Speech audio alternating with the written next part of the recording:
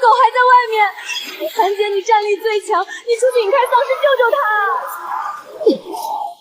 闭嘴，死圣母！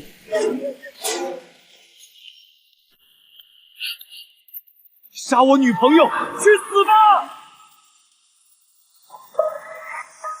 早知道今天死，高低得先开罐头尝一。听说了吗？之前的新娘子嫌他家太穷，连夜跑了。何止是穷，新郎进山这么久没回来，多半是没了。老三家可真是造孽哟，这不是让人家守活寡吗？大伯母，这是我哥结婚仅剩的一点白面了，你不能拿走！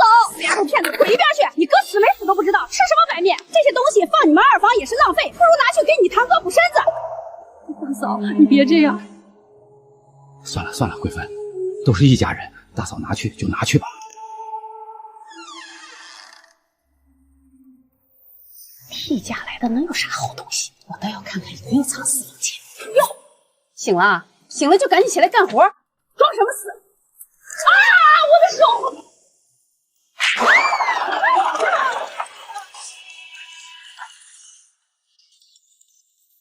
我不管你们以前是怎么欺负人的，从今天起，谁再敢拿这里的一根线，我就掰断谁的手。现在，滚出去！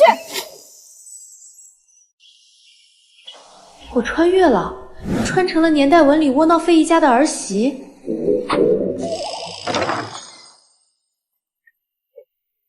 嫂子，这是我偷偷藏的红糖，先垫垫肚子。我哥多半回不来了，你也趁早走吧，别留在这儿受苦。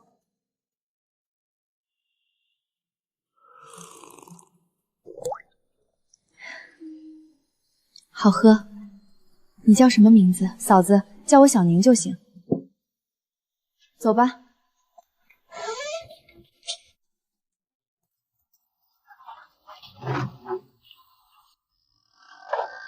家里断粮了。大伯母隔三差五就来，我爹每次都由着他们抢，今天连最后一点洗面都被拿走了。老三，你必须给我个说法！你家这小贱蹄子敢打我儿媳妇，这事儿没完！大庆马上要盖新房娶媳妇了，既然你儿媳妇伤了人，就拿你们家后院那块地加上20块钱当赔偿吧。大哥，咱家哪还有20块钱啊？那地是给家里种菜糊口的呀！大哥，完了，大伯他们又来抢地了。嫂子，你快躲躲吧，他们人多。男人死了，麻烦少一半。这小丫头机灵，适合当后勤。婆婆手脚奇快，能管内务。破院子虽然寒碜，倒适合建基地。小宁，刚才那种红糖鸡蛋水家里还有吗？还能凑出2个鸡蛋。好，跟我做个交易吧，以后你每天给我弄1碗红糖鸡蛋水，外头那群废物我替你收拾。磨蹭什么？把钱拿出来！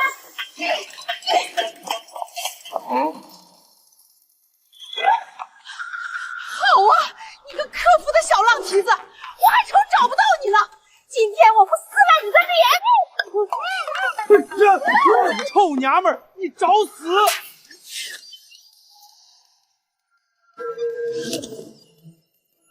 你敢打人？陈老三，你也不管管你儿媳妇？兰兰啊，要不算了吧？闭嘴！今天我做主。小宁会不会算账？会，去把他们大房这些年从2房拿走的钱粮一笔一笔全给我翻出来。上个月12号，大伯母借走3块钱，顺走6张饼。去年秋收，大伯抢走咱家20斤细粮。前年腊月，拿走咱家半扇猪肉。听清楚了，连本带利，一共76块5毛。今天不拿钱，就给我补欠条、签字、画押。我不识字儿，我打不了欠条。断了，肋骨要断了！爹，救命啊！不识字没关系，拿你宝贝儿子的手来按时也一样。我数30，3。爹，救命啊！2。爹，别开我儿子！哎呦喂，没天理了！新媳妇欺负长辈，逼着我们认假账啊！这字据是你们逼我们签的，出了这门我绝不认账。对，我不识字，谁知道你们写了啥？这张纸就是废纸。大哥，要不这钱废纸好啊，小宁去把大队长请来，就说大房要分家产，让他来做个见证。吵啥呢？大老远就听见你们在这鬼哭狼嚎。大队长，您来的正好，老三家这新媳妇没大没小，逼着我们签假账啊！大队长，这是大房这些年从二房借走的钱粮账单，有明确日期，麻烦您帮忙过个目，盖个大队部的公章。陈国胜，这上面记得清清楚楚，连你借钱去城里看病的日子都有，你还敢抵赖？既然按了手印儿，这账就过了明路，以后按月还，敢赖账，年底分粮直接从你们大房的工分里扣。大队长，我还不滚！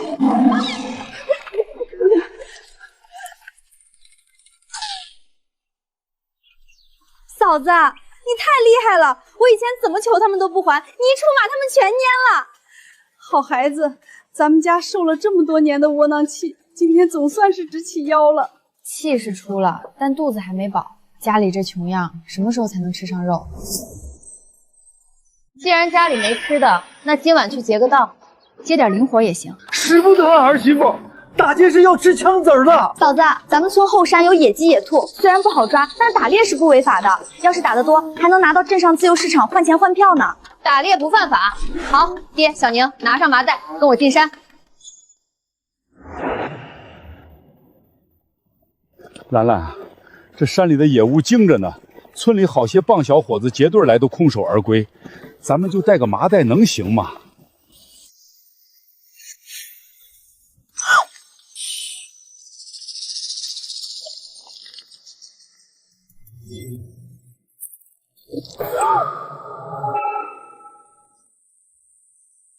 太瘦了，不够塞牙缝。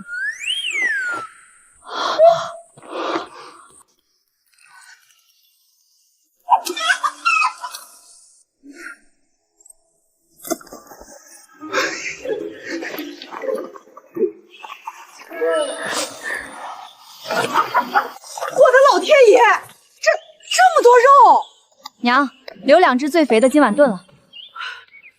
爹，剩下的装好，你跟我去一趟黑市。哎，爹这就装。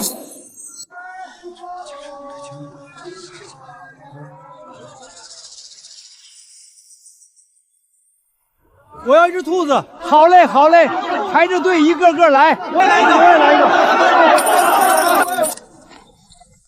儿媳妇，赚了30多块了，咱家半年都赚不了这么多啊！哎呦，生面孔啊，懂不懂规矩？在城南黑市出货得交5成份子钱。5成？这也太多了！老东西，不交钱，今天就打断你的腿！拿开你的脏手！臭娘们儿，你找死！兄弟们，给我上！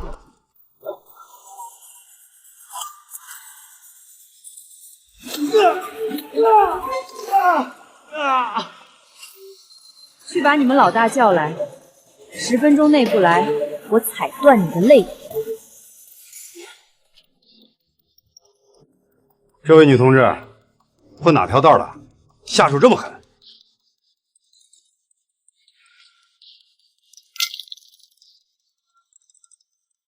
我只是来混口饭吃，你若是不开眼，我不介意教教你什么是真狠。误会，全都是误会。女同志好身手，以后你们的货我按市场价全收，没人敢收你们1分钱的份子。兰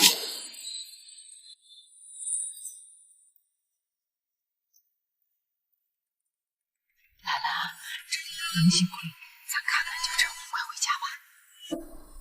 不买别乱摸啊，弄脏了你们商家人赔得起吗？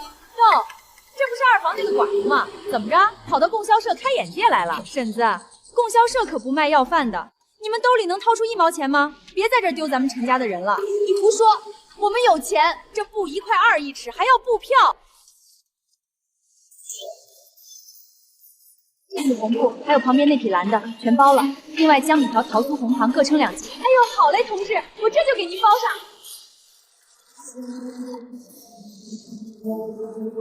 有什么好得意的？指不定这钱是干了什么见不得人的肮脏事儿赚来的。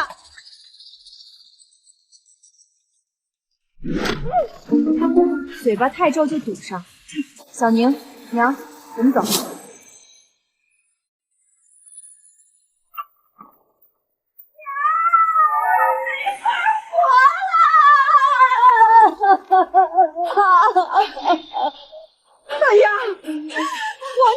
畜生又打你了？那个寡妇鬼魂被我抓到了，他非但不认错，还连和他娘一块打。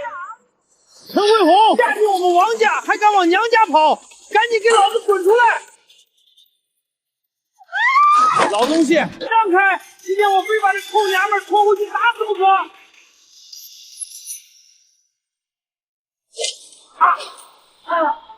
在我的地盘上打我，你是哪个葱？老子教训自己老婆，关你屁事！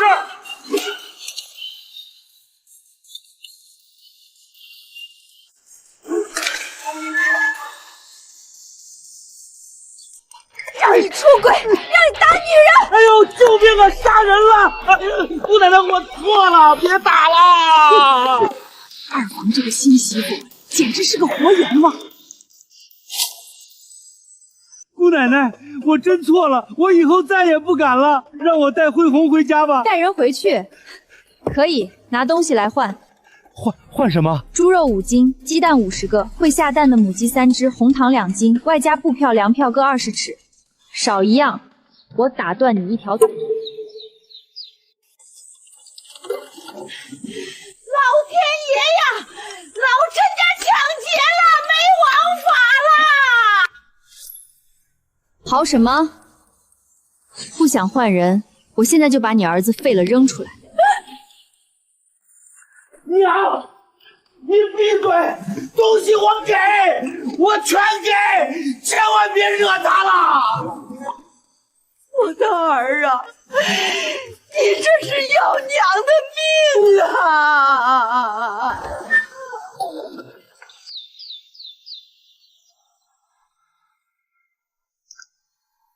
弟妹，你的大恩大德，我陈慧红这辈子当牛做马报答你。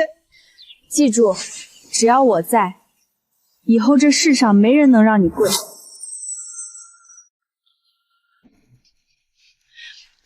娘，听说王家赔了5斤猪肉和3只老母鸡，二房现在顿顿吃肉。老三那个窝囊气，凭什么吃肉？咱们可是长房，没规没矩的。走，跟我过去拿。老三啊，听说慧红回来了，哎呦，这炖的真香。咱们祖宗传下来的规矩，得了好东西得先孝敬长房长辈。这些肉和鸡，我拿一半走不过分吧？大嫂，长房规矩，二房饿得快死的时候，你们怎么不拿长房的粮来救济？现在看到肉了，想起规矩来了。你个外人懂什么？这是我们陈家的事。现在二房我说了算，我定的规矩就是属于我的东西，你连闻个味儿都不配。你给我听好了，以后大房的人敢踏进我二房的院子一步，我打断你们的腿！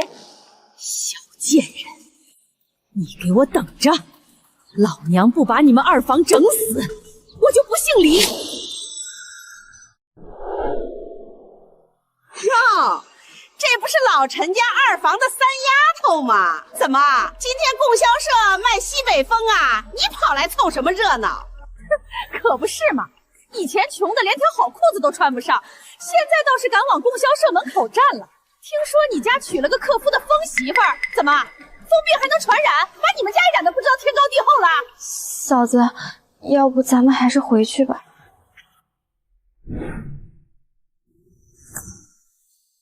拿着，想买什么买什么，钱和票随便花。我的老天爷，这么多钱！看清楚了，他是我林芝兰罩着的人，以后谁再敢冲他翻白眼，我就把他的眼珠子揪出来当炮踩。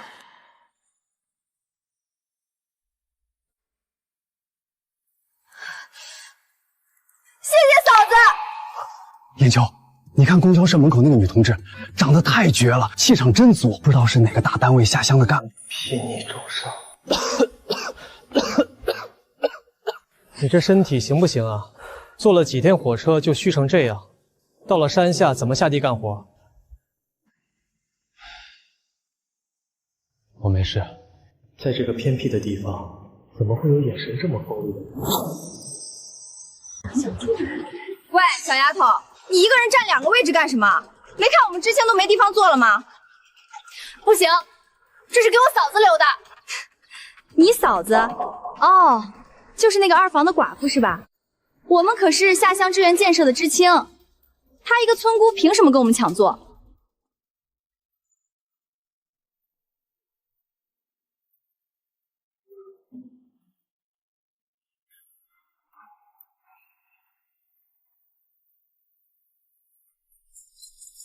都坐稳了，发车喽！这乡下地方就是没规矩，不像我们城里讲究教养。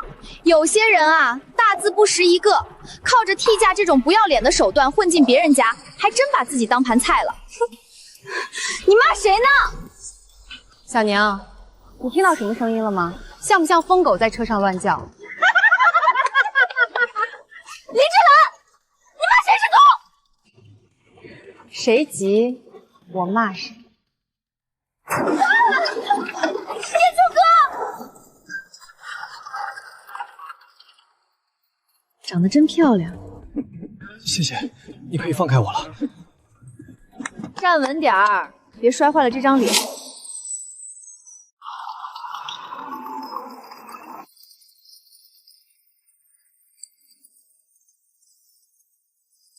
下车喽！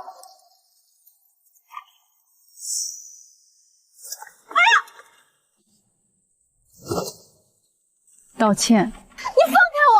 我又不是故意的，凭什么道歉？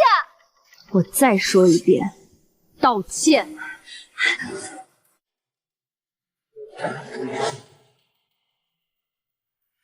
子，小心！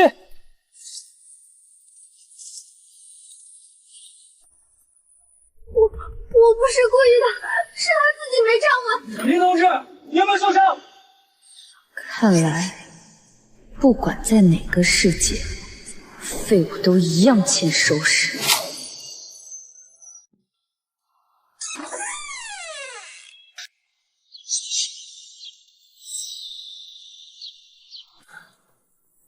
娘，家里进贼了！不是贼，是你二伯母和四婶他们。我就是一时手痒，跟人去后山打了2把牌，输了几块钱，谁知道被二嫂他们抓住了把柄，说要去大队举报我聚众玩钱。我一害怕，他们就把家里值钱的东西都抢走了。爹，你怎么又去玩牌？咱们家好不容易靠嫂子打猎过上点好日子，全让你给败光了。那些是嫂子拿命换回来的呀！小宁，别哭了。那几个长辈住哪儿？就住村西头的大院里。走，跟我去要账。老三那个窝囊废，随便一吓唬就软了，这肉真肥。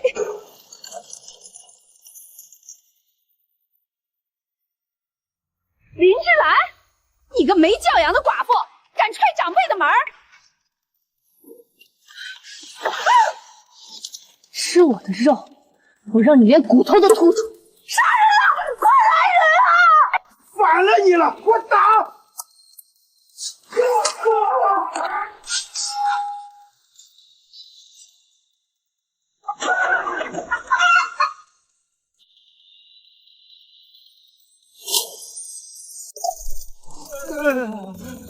刚才是谁说要去举报我公公的？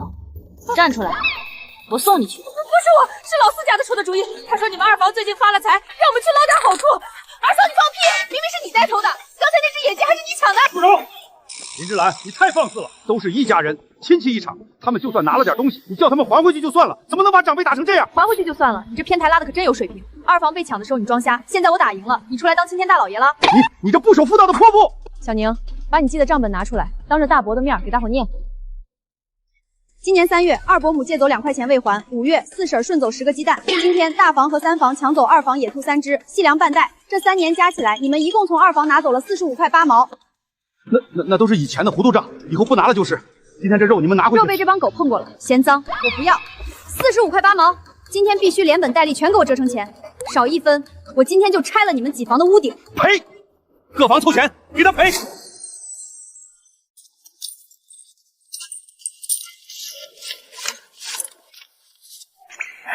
嫂子，45块8毛，1分不少。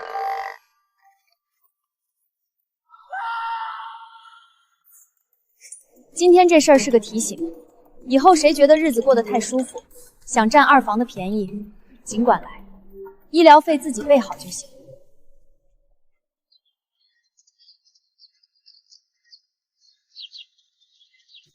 兰兰啊，你可真厉害，不仅把东西要回来了，还换成了钱。兰兰，对外我护着这个家，谁也别想动二房一根汗毛。但对内，二房的麻烦10次有5次是你惹出来的。从今天起，这个家我说了算。我让你往东，你敢往西，大房今天挨的打，我会双倍用在你身上。听懂了吗？听懂了，听懂了。把钱收好。明天一早带上家伙进深山。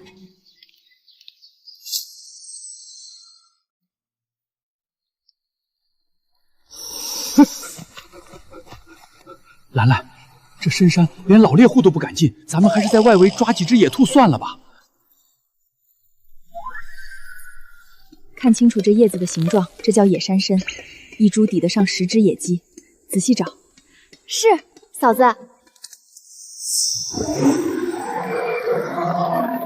猪，快跑啊！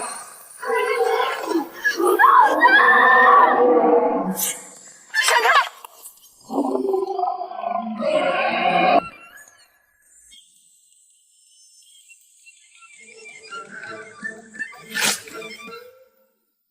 今晚有红烧肉吃了。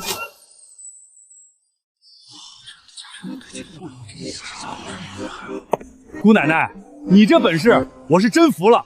这猪我按高价全包了，150块。150块，这可是普通工人小半年的工资。看到没？我儿媳妇打的。呸！一个大老爷们儿靠儿媳妇打猎养活，真不嫌丢人。就是，妥妥的吃软饭，还当光荣了。我乐意养，轮得到你们几个废物在这里泛酸水？这破收音机连响都不响了，里面零件全废了，你卖我5块钱？5块钱，1分不能少。这里面的晶体管可是稀罕货。这堆破铜烂铁我全要了。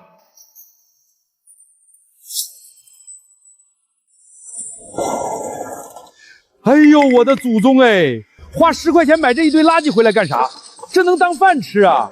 闭嘴，干你的活去。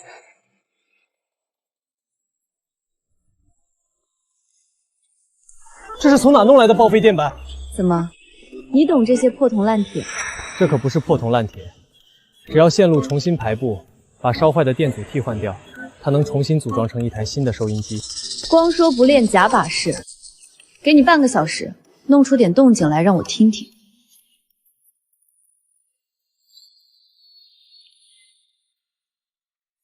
长得好看，脑子还顶用，这种技术型人才不拐进基地，简直天理难容。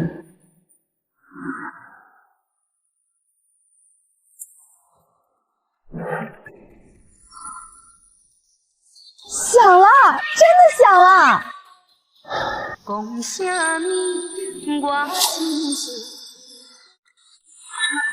听说了没？老三家那疯媳妇儿，整天跟那个南知青眉来眼去的，伤风败俗。一个寡妇的，还真把自己当武则天了。就是买一堆破烂回来，指不定在搞什么乌烟瘴气的事儿。大伯母，你是不是皮又痒了？你这死丫头怎么说话呢？我嫂子凭本事打猎赚钱，供销社里的东西想买就买，你们就是嫉妒我嫂子。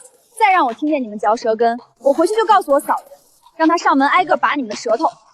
兰兰，老二一直没回来，是我们老陈家对不起你。娘不能拿一个没了的人把你绑一辈子，你还年轻，以后你真有看上的人，娘不拦你。行，我知道了。你不仅长得好看，手还挺巧。我父母都是机械厂的技术员，我从小就摸这些。如果有合适的工具和材料，我还能做更实用的东西。比如能让你不用那么辛苦去深山打猎，也能挣到大钱的东西。我爱你，亲爱的姑娘。好啊，那以后你就跟着我混。见到你心就慌张。今晚吃的有点撑，刚好活动活动筋骨。去河边洗把脸再回去。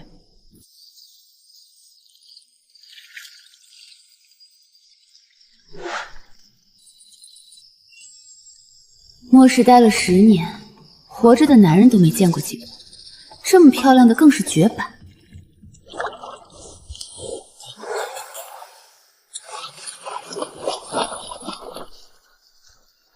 谁在那儿？身材不错。林同志，你怎么在这儿？顾燕秋，跟我吧。我这个人向来护短。你胡说什么？我们才认识多久？我先回去了。跑得还挺快，我看上的东西还没有弄不到手呢。一个乡下寡妇也敢勾引燕秋哥，给我等着！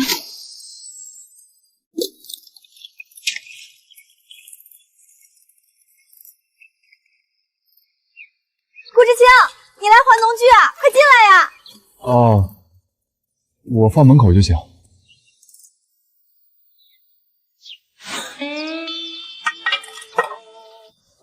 这顾知清咋了？身后有狗追他呀？爹，你没看顾知清脸都红了吗？我看啊，他跟我嫂子有戏。林同志，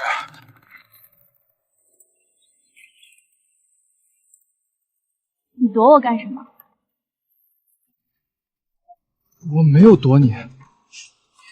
没有，今天早上连门都不敢进。我昨晚说的话，你考虑的怎么样了？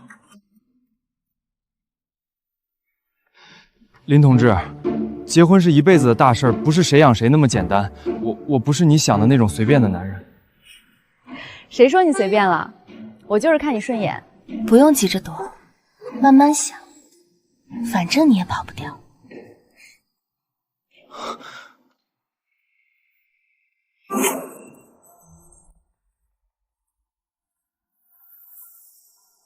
白伟民，你带我来这儿干什么？不是说大队有重要通知吗？燕秋哥，是我让他带你来的。无聊。叶秋，对不住了。苏曼宁答应只要我办成这事儿，他舅舅就给我弄个回城的名额。白伟民，你疯了！放开我！燕秋哥，你为什么就是看不到我？那个替家村妇有什么好？只要你喝了这掺了药的水，足以煮成熟饭，你就只能娶我了。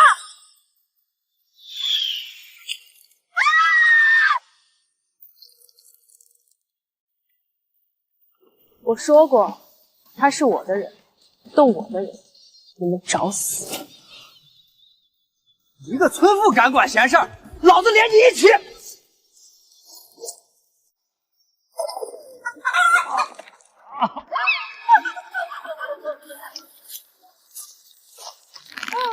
喜欢喝是吧？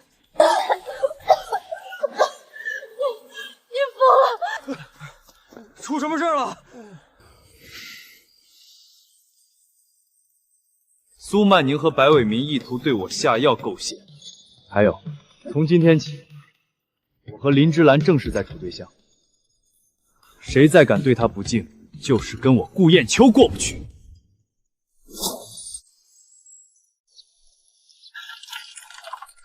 大丫，你这是咋了？王建设那畜生又打你了！娘，我活不下去了。他打我也就算了，婆婆还翻我的包袱，说咱们二房现在赚了打猎的气，逼我回来问你们要钱去贴补他小叔子娶媳妇儿。我不答应，他们一家人就把我按在地上打。这王家欺人太甚。可是丫头毕竟嫁过去了，闹僵了以后咋过日子啊？打你哪儿了？脸，还有背。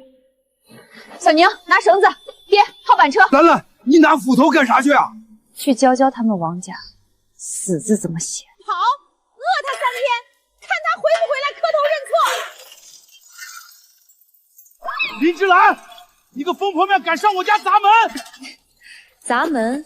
我今天还要砸人。杀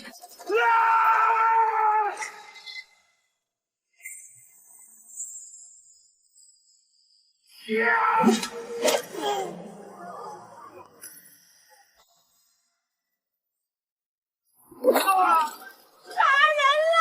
救命啊！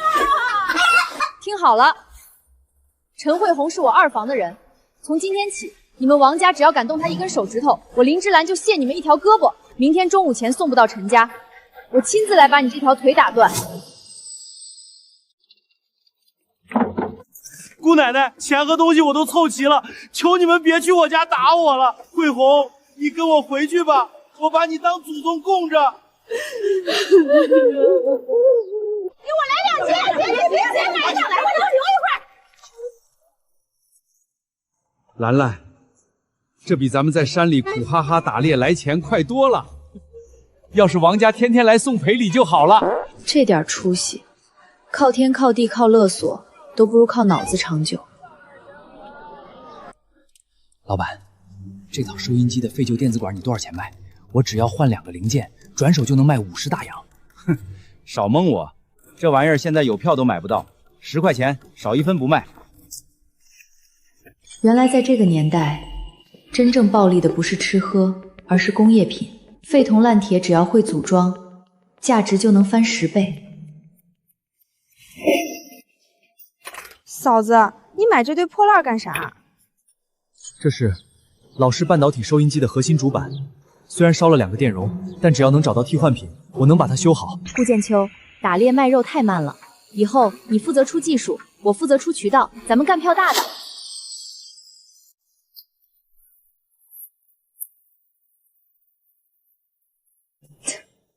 还是这么穿舒服。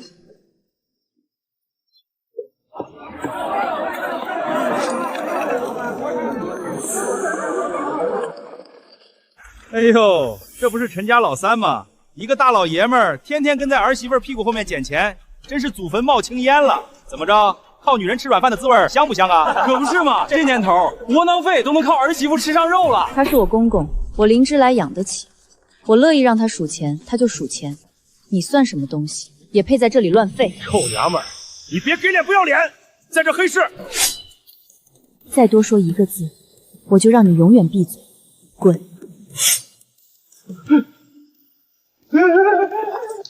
兰兰，爹以后一定好好干活，不给你丢人。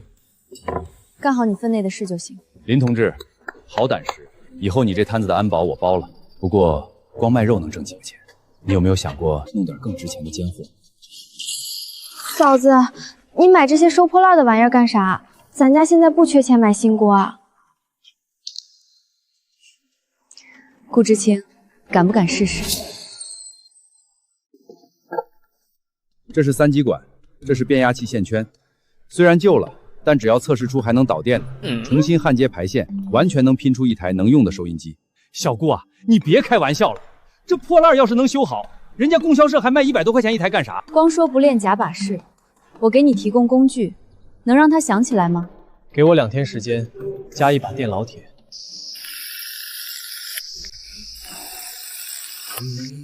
在末世，武力是生存的底线，但在和平年代，这种能化腐朽为神奇的技术，才是真正的降维打击。我捡到宝了。姐夫，顾大哥，这能行吗？现在播送新闻和报纸摘要。响了，真的响了！嫂子，这比供销社卖的还清楚。我的老天爷呀，这破烂竟然变成宝贝了！小顾，你这脑子是怎么长的？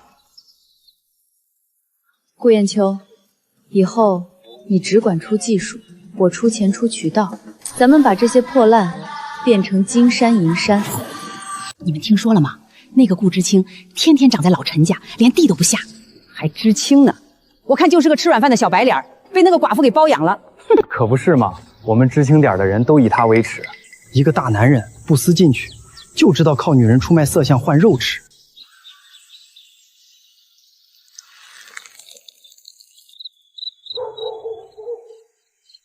燕秋，不是我说你，你好歹也是京城来的，就甘心被一个没文化的村姑当宠物养？你要是真缺那口吃的，大伙儿凑凑。闭嘴！我靠自己的双手做事，不偷不抢。至于我和林芝兰的事，轮不到你们这群废物来指手画脚。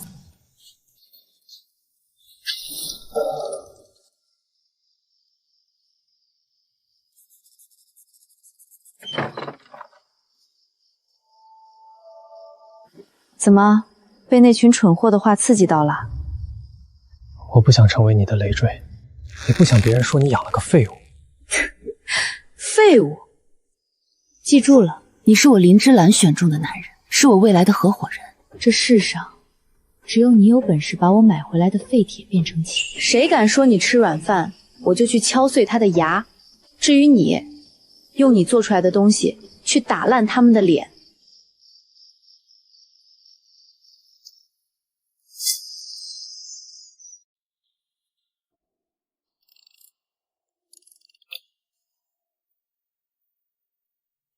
小姑啊，这又是个啥玩意儿？长得奇奇怪怪的。这是便携式手摇缝纫机，我把收音机的微型电机拆下来改装了，再加上齿轮传动，不需要脚踏，拿在手里就能缝补衣服和麻袋。好东西，现在的缝纫钟要100-200块，还要工业券，普通人家根本买不起。这东西虽然简陋，但贵在便宜、方便。成本只有不到3块钱的废铁废线，如果手工做外壳，成本还能压低。这要是拿出去卖，得赚多少钱啊？这东西在黑市和供销社周边绝对是抢手货。老规矩，我带去试水。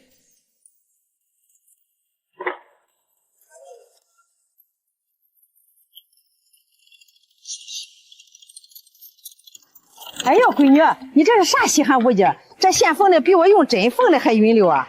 大妈，便携式缝纫机不要票，15块钱一个，您要不要试试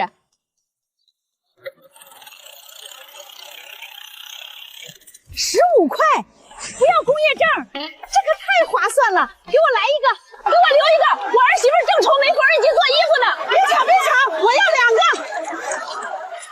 熬了3个通宵做出来的5个试水样品，被一抢而空。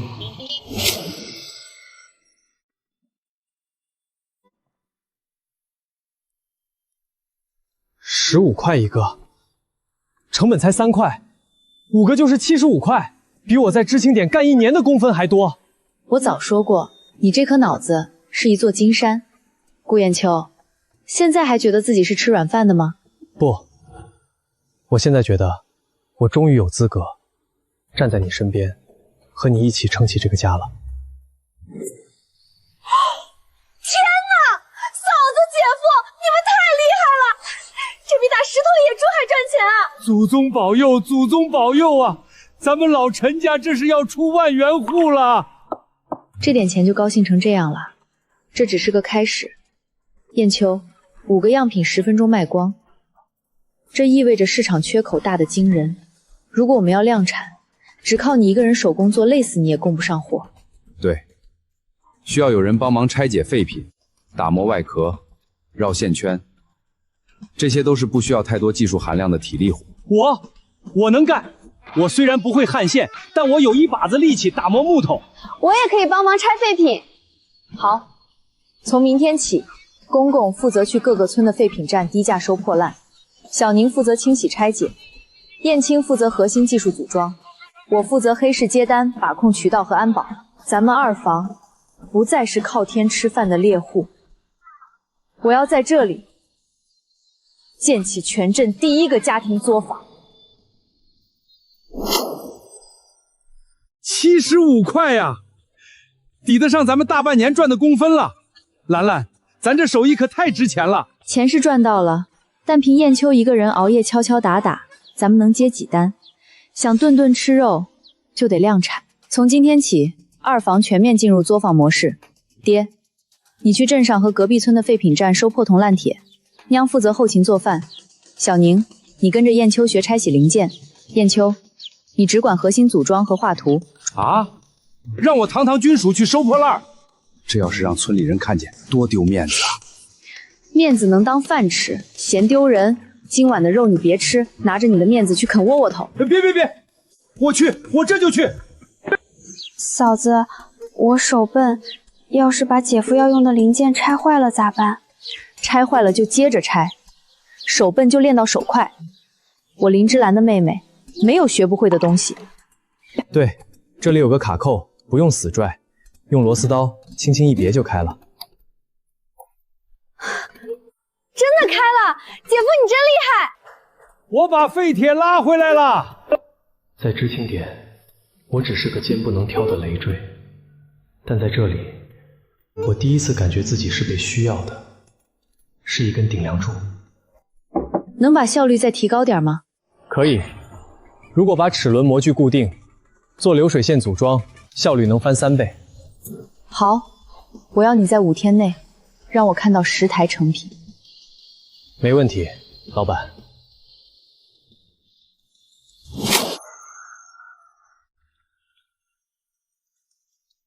老三家最近不得了啊，天天往镇上跑，回来时大包小包的，院子里那肉香味就没断过。可不是嘛，听说还给那个小白脸知青买了新衬衫呢。靠打猎能赚那么多，指不准背地干什么见不得人的勾当呢。不管干啥，人家是真阔了。哎，咱怎么就没这好命呢？娘，我刚才顺着2房的院墙听了听，里面叮叮当当的，不知道在敲什么。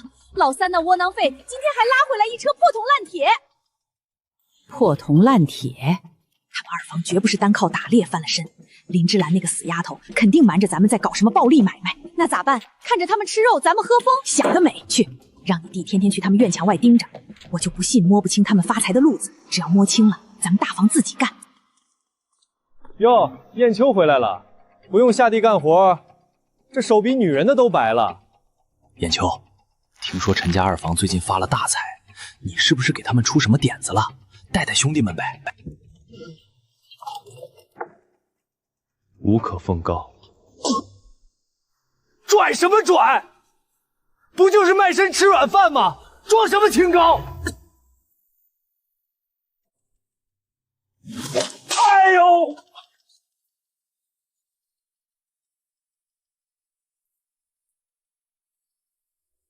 再让我看见你这双狗眼挂在我的墙头上，我就把它挖出来当炮踩。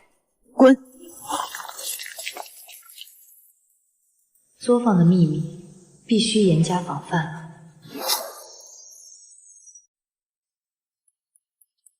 今天开个会，大房的狗已经开始扒墙头了。那咋办？这要是让他们学会了，咱们还赚啥钱？所以，从今天起立下死规矩：第一，燕秋的图纸绝不能离开偏房半步；第二，做好的成品和核心零件必须锁在箱子里；第三，任何人问起，就说咱们在给镇上的废品账做粗加工。谁要是管不住自己的嘴，泄露了半点风声，别怪我林芝兰翻脸不认人。直接滚出这个家！这图可真大，没法站人了。死丫头，你看着点扫啊！我家门口我爱怎么扫怎么扫，闲杂人等少往这儿凑。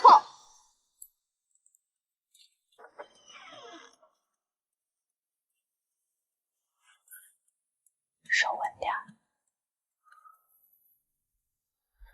你靠这么近，我很难稳得住。怎么，怕我吃了你？不怕，如果你想。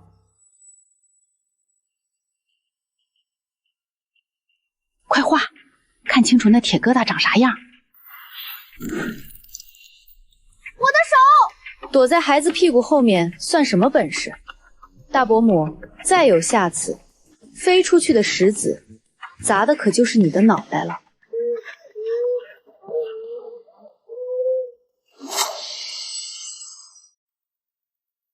燕秋哥，你现在怎么堕落成这样了？天天跟一群乡下人窝在院子里敲敲打打，你知不知道马上可能要恢复高考了？你这样搞什么手工作坊，简直是自毁前途！让开！那个疯寡妇到底给你灌了什么迷魂汤？她是在利用你！你是个知识分子，怎么能跟一身泥腥味的村姑混在一起？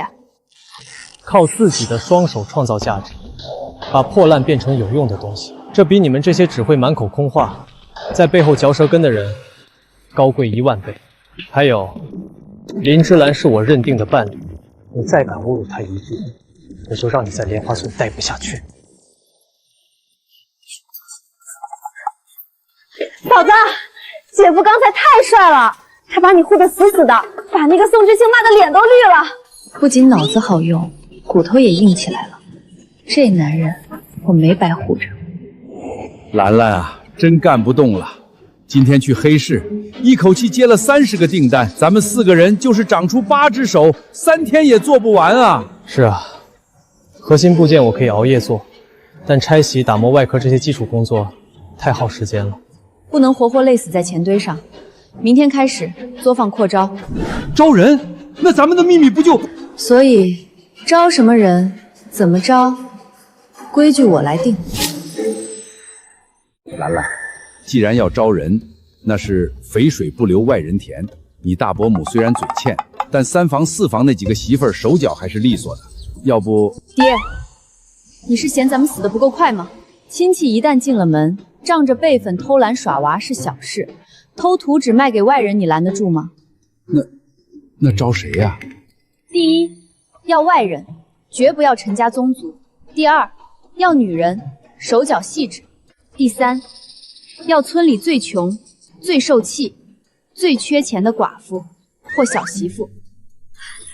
嫂子，我懂了，只有真正活不下去的人，才会把这份工作当救命稻草，才不敢乱嚼舌根。去村里挑人，带3个过来。林妹子，听说你这儿有活干？有，1天5毛钱，包1顿午饭。钱好拿，但规矩必须守。第一，在这里看到的一切，烂在肚子里。谁敢往外泄露半个字，我就拔了他的舌头，并且全村通报，让他永远抬不起头。第二，那个房间是禁区，除了我和燕秋，任何人敢踏一步，直接滚蛋。听清楚了吗？林厂长，你放心，我们都是被家里嫌弃的人，只要能有口饭吃，你让我们闭嘴，我们绝不张嘴。王姐，你负责用砂纸打磨木壳，必须光滑无毛刺。李姐，你负责用柴油清洗废旧零件，洗不干净返工。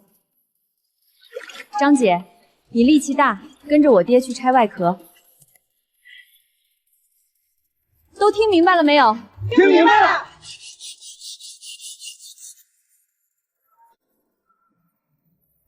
这哪里是个T家的村妇，她简直天生就该是站在顶峰的人。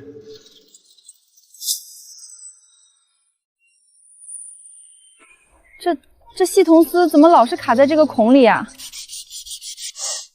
这外壳的倒角怎么磨都不对劲儿。李姐，穿铜丝的时候，钳子不要夹得太紧，顺着孔的弧度轻轻一送。王姐，打磨的时候顺着木纹，力度要均匀，像这样。嫂子，姐夫认真做起事来也太有派头了。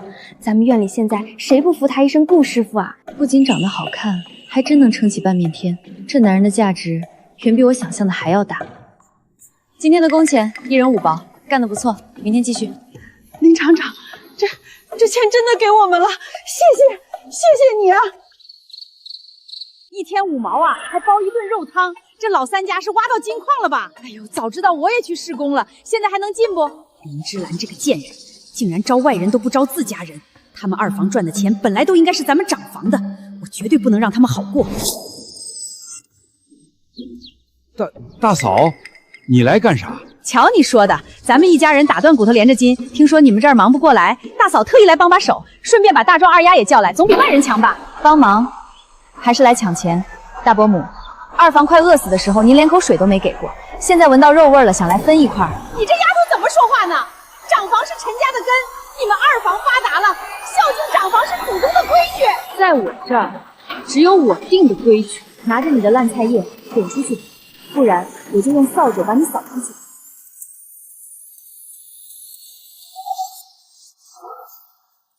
李家媳妇儿，只要你告诉我，他们那个小黑屋里到底装的是什么，怎么组装的，这块布就是你的。我没进去过，林厂长不让进。老天爷给我吃和尚，铜纸好像就放在我们带锁的柜子里。带锁的柜子，好，你做得好。嫂子，我刚才去后山捡柴，躲在树上看见大伯母和李小媳妇在偷偷摸摸说话。李小媳妇收了他1块布，我就知道大房不会死心。小宁，你明天故意在他面前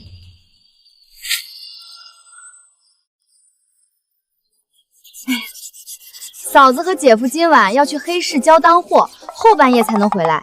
家里就剩我和爹，可得把偏房柜子里的核心图纸锁好喽。那可是咱们发财的命根头。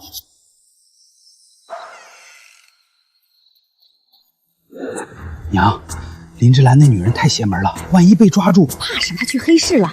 只要拿到图纸，咱们也开个作坊，到时候把他们二房踩在脚底。拿了我的东西，想去哪儿啊，大伯母？你们不是去黑市了吗？不去黑市，怎么引你们这两条老狗上钩？村长，快来呀！有人偷东西！李荷花，你们大房简直败坏村风！各位乡亲看清楚了，这就是所谓的长房长辈，半夜翻墙偷盗我二房的生计。今天我不送你们去公安局，是给陈家祖宗留最后一点脸面。但我林志兰把话放在这儿，从今天起，谁再敢打二房作坊的主意，我打断他的腿，让他一辈子是个废人。顾艳秋，有北京来的挂号信，是顾小叔寄来的，太好了！这下看那个村姑还怎么嚣张。谁允许你碰我的东西？艳秋，听说你在乡下和一村妇不清不楚，简直荒唐！你是我顾家唯一的希望，我已在京城为你打通了关系，马上办理回城手续。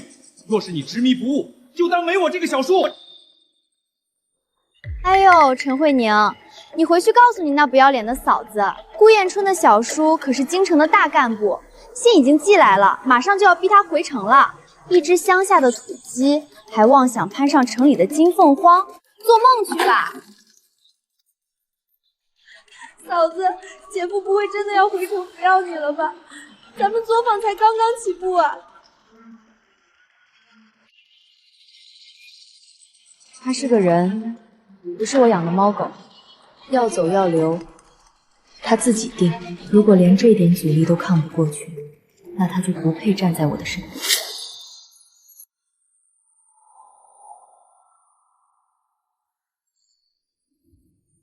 信我听说了，你小叔要你回去。芝兰，我小叔把我养大，他对我有恩，但我不想离开你，也不想离开作坊。别说废话，你想选前途，还是选我？芝兰，你能不能跟我一起回城？回城？像个附属品一样跟在你身后去受你那个城里小叔的白眼和施舍。我在京城找份工作。我林芝兰这辈子不靠任何人施舍，我要的是我自己打下来的江山。顾艳秋，我不是在求你留下。你若想走去奔你的大好前程，我不拦，大门在那边，你现在就可以走。但你若选择留下，就给我彻底斩断那些不该有的优越感，跟我一起把这穷乡僻壤踩在脚下。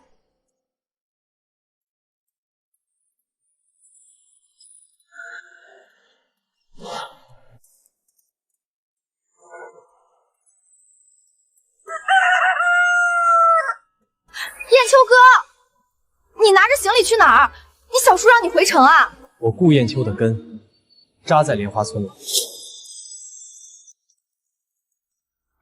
艳秋哥，你小叔的信说得很清楚，只要你回去，城里的工作和前途都有。你现在拿着行李去哪儿？你难道真的要为了那个乡下村姑自毁前程吗？哟，顾大才子这是铁了心要上门当倒插门吃软饭了，连知青的脸都不要了。靠自己的双手拼前程叫立业，靠踩着别人找优越感叫可悲。我的前途在莲花村，在二房，谢谢。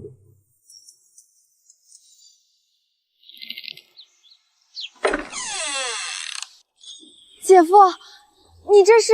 小顾啊，你这是被知青点赶出来了？不，是我自己搬出来的。以后我就彻底赖在这儿了。管饭吗？管，不仅管饭，还管一辈子。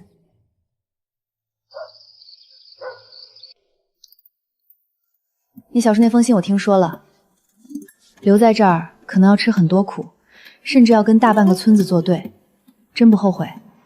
如果回城意味着要失去你和我们刚打下的事业，那才是我这辈子最大的后悔。芝兰，你值得我押上全部的筹码。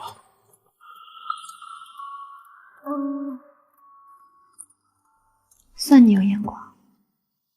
娘，那个顾知青带着铺盖卷住进二房了。那小白脸脑子好使，他要是死心塌地留下来，二房那作坊还不得上天啊！林志兰这个不要脸的狐狸精，以为把小白脸拴裤腰带上就稳了？哼！既然他们想吃独食，我就把他们的锅给砸了。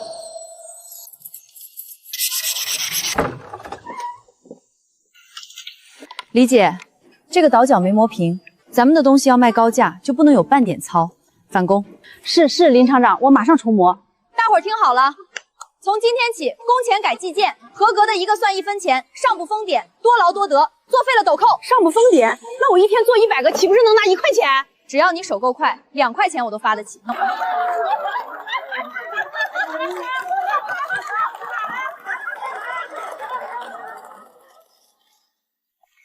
37 21，哎呀，又算乱了。从今天起，你就是咱作坊的财务大管家，每一笔进项、出进、物料损耗都得经过你的手。嫂子，我不行，万一算错钱了。这段日子你跟着我忙前忙后，衣服都磨破了也没吭声。嫂子给你做了件新的，快试试合不合身。我说你行，你就行，你是我的左膀右臂，胆子给我放大点。听说王寡妇昨天在二房领了1块2毛钱，这比男人在采石场干苦力还挣得多。谁说不是嘛？早知道林芝兰这么有本事，当初她替嫁来的时候，咱们就不该嘲笑人家。不行，我得厚着老脸去求求林芝兰，让我家媳妇儿也进去干活。芝兰呐，婶子以前嘴贱，你别往心里去。你看看你那作坊还缺人手不？我媳妇儿手可巧了。作坊现在人手够了，不过既然大家都是乡亲，以后如果扩招，我会优先考虑，但前提是从前那些烂嘴巴的毛病最好给我改干净。弟妹呀，咱们可是亲亲的妯娌，你们作坊现在这么红火，连外人都招，怎么能忘了自家人呢？是啊，婶子，大壮他媳妇儿和我都在家闲着呢，咱们进作坊干活，不仅不要高工钱，还能帮你们盯着那些外人，守着咱陈家的秘密，多好啊！桂峰啊，大嫂说的也有点道理，要不让大壮媳妇儿来试试？大伯母，怎么上次那45块8毛的教训这么快就忘了？芝兰啊，以前是伯母糊涂，但一笔写不出2个陈字，咱们到底是一家人，打断骨头连着筋呐！一家人。这张你们按了手印的欠条，要我再当着全村的面读一遍吗？想进作坊？好啊。第一，图纸你们看不懂；第二，干活你们嫌累；第三，你们最擅长的是顺手牵羊，把你们招进来当祖宗供着吗？我二房的便宜狗能占，你们大房连想都别想。滚！林芝兰，你个扫把星，你把亲戚得罪光了，迟早报应。什么做手工，那叫投机倒把。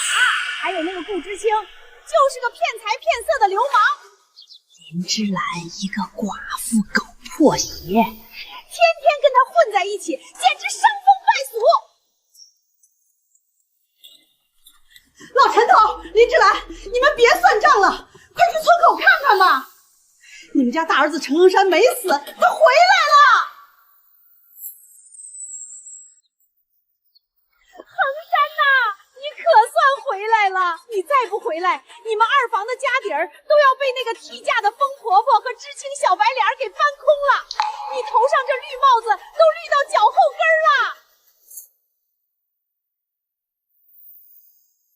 这么多年没尽过一天孝道，不知道家里怎么样了。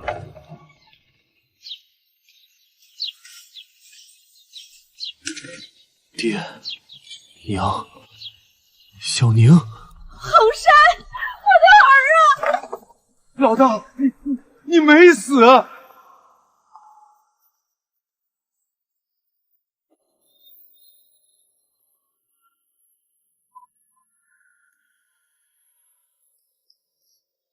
大哥，你不在的这些年，是嫂子照顾我们。现在的作坊是嫂子和顾大哥一起撑起来的。这些年委屈你了，这个家多谢你。你回来如果只是为了叙旧，没必要；如果是听了大房的挑拨，想来查我的岗，我劝你想清楚。我不瞎，我看得出爹娘眼里有光了，小宁也敢大声说话了。那个顾知青，看你的眼神，也比我这个混账要强100倍。你放心，我这次回来就是为了把事情解决干净。衡山，你是个带的老爷们儿，你的媳妇儿天天和别的男人钻一个黑屋子，这你都能忍？今天你当着全村的面把这对狗男女乱棍打出去！大伯母，你一口一个狗男女，骂的是谁？当然是骂那个不要脸的林芝兰和那个小白脸知青啊！放屁！各位乡亲今天都在这儿，我陈衡山把话说明白。当年结婚我不在场，也没领证，我与他并无夫妻关系。这几年我陈家2房快被某些亲戚敲骨稀碎的时候，是他带我爹娘妹妹吃上了肉。他没有半点对不起我，是我陈家欠了他的。顾知青，陈大哥，我给不了他的体面，你既然能给，就别辜负他。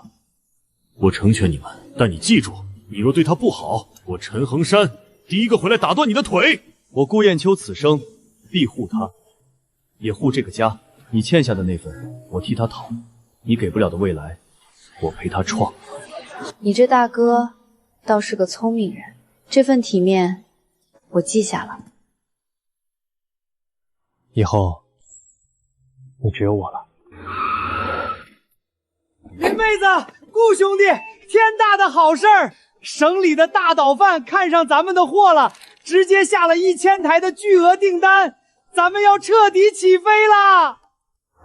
小宁，拿纸笔写招工告示，贴到村口。不是有人造谣咱们要倒闭吗？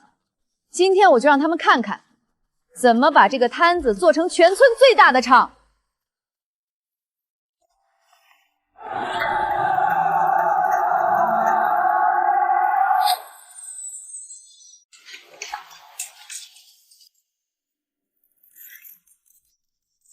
这破铜烂铁的，拿回家还能卖2分钱呢。我林志兰给的工钱全镇最高，但我的规矩也是最铁的，偷拿作坊1根线，立刻滚蛋，扣发所有工钱。林厂长，我错了，我家里还有3个娃要养，求你别赶我走。张大婶，拿上你的东西，滚出我的院子。同情心在我这儿换不来钱。小宁，把他请出去。哎呀，这主轴怎么卡住了，转不动啊！让开，我来看看。主轴的卡扣有固差，不要硬砸，用3分力顺着纹理卡进去。继续吧。我的老天，咱们捣鼓半天没用，顾师傅一下就弄好了，以后咱们都得叫顾师傅。我林之安的男人，走到哪儿都得是我。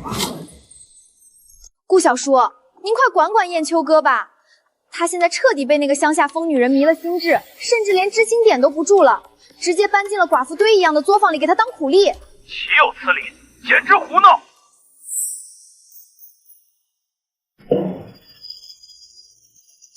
你又在给我小叔打电话？是又怎么样？燕秋哥，你小叔马上就要亲自下乡了，他可是城里的大干部，他绝不会允许你和一个寡妇在一起。苏曼宁，你以为搬出我小叔就能掌控我的人生？你听好，别说是我小叔，今天就是天王老子来了，也带不走你。你再敢在背后耍这些下作手段，别怪我把你在乡下干的那些肮脏事儿，全捅到你父母单位去。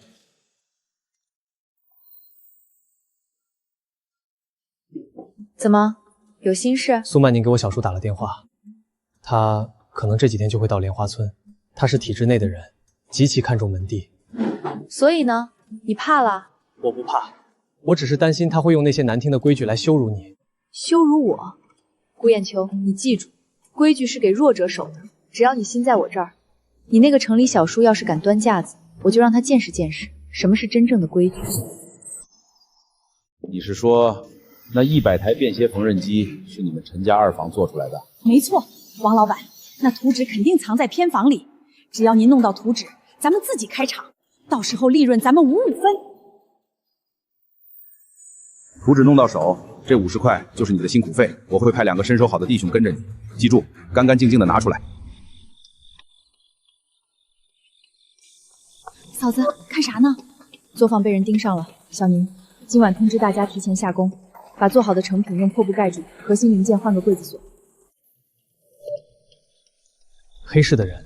不，黑市宋老大不敢动我们，是外面的资本闻着味儿来了，想抢咱们的饭碗。大房这2天太安静了，必有蹊跷。芝兰，首重作坊很容易被模仿和窃取，如果我们想彻底绝了他们的念头，就必须做大。做大？对。把作坊升级成正规的机械厂，我会设计加密的核心齿轮模具，只有特定的机床才能生产，让他们偷了图纸也造不出来。建厂需要大批资金和官方的许可，等交了宋老大这笔大单，资金就有了。至于许可，我来想办法。顾艳秋，我发现我越来越喜欢你了。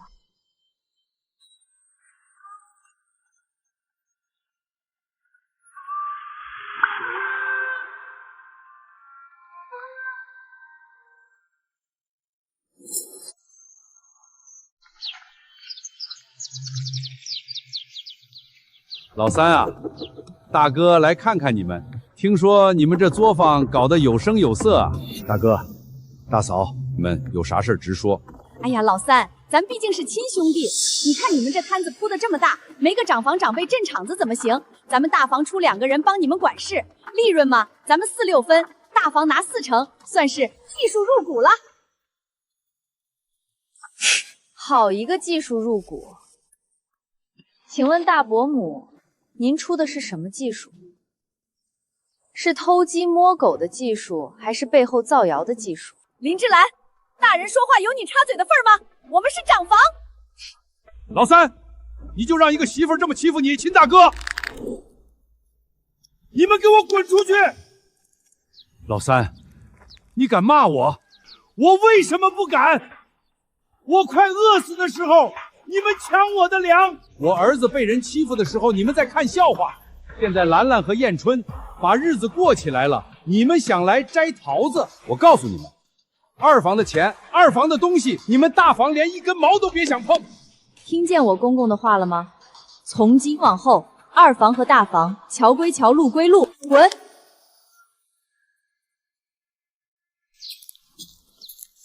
给脸不要脸！既然你们找死，那就别怪我今晚抄了你们的底。哈哈哈，林妹子、顾兄弟，质量绝佳，一水的尖货，2000块钱，货款2进。林妹子，咱们合作愉快。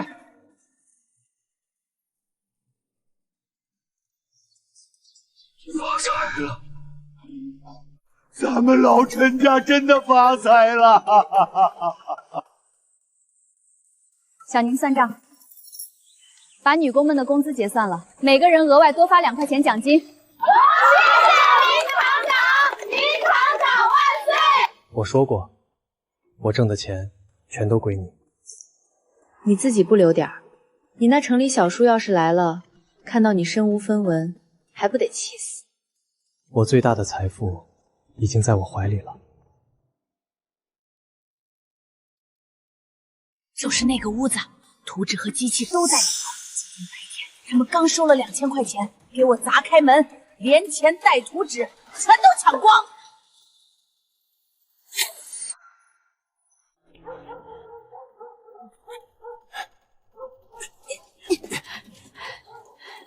就是那个屋子，图纸和今天刚收的2000块钱都在里面，手脚麻利点。放心吧，几个泥腿子睡得跟死猪一样。怎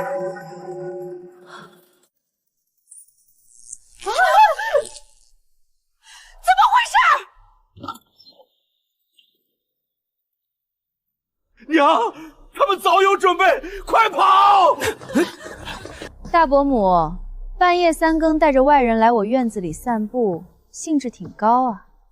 跑，大门早就被我在外面反锁了，你们今天就是插翅也难飞。臭娘们儿，别给脸不要脸！兄弟们，把图纸抢过来，硬冲出去！芝兰，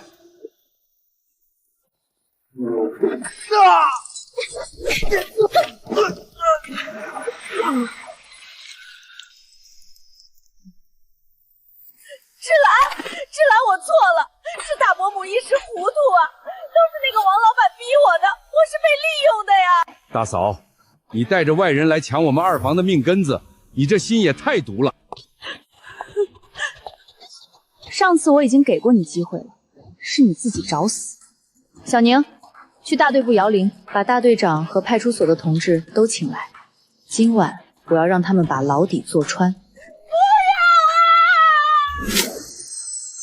警察同志，我是个正经商人，我根本不认识这些人，是李荷花自己说要卖我图纸，我可没指使他们入室抢劫。姓王的，你过河拆桥，明明是你给我50块钱让我干的。你放屁！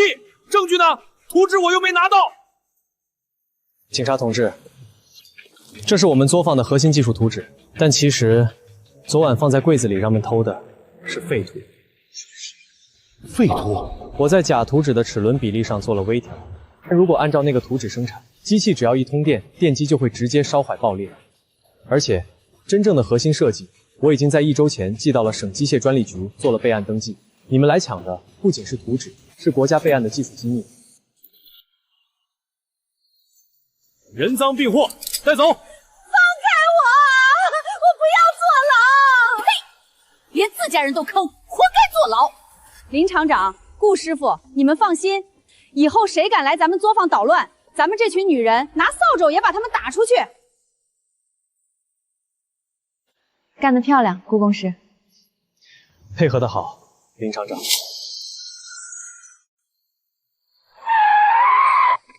村长，我今天来只办一件事，带顾艳秋回城。她是我顾家的骄傲，绝不能毁在一个乡下寡妇和什么不入流的土作坊手里。顾同志，二房现在可不一般，艳秋她在村里，嗨，您自己去看了就知道了。我看是被灌了什么迷魂汤，今天我非把这草台班子砸了不可。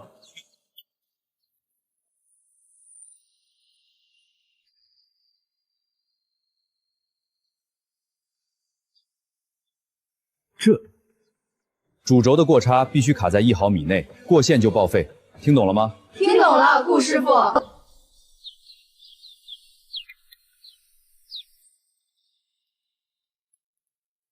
林同志，我承认你有点小聪明，但艳秋的舞台在京城，在国营大厂，你用这点乡下营事把她绑在这里，是在毁她的前途。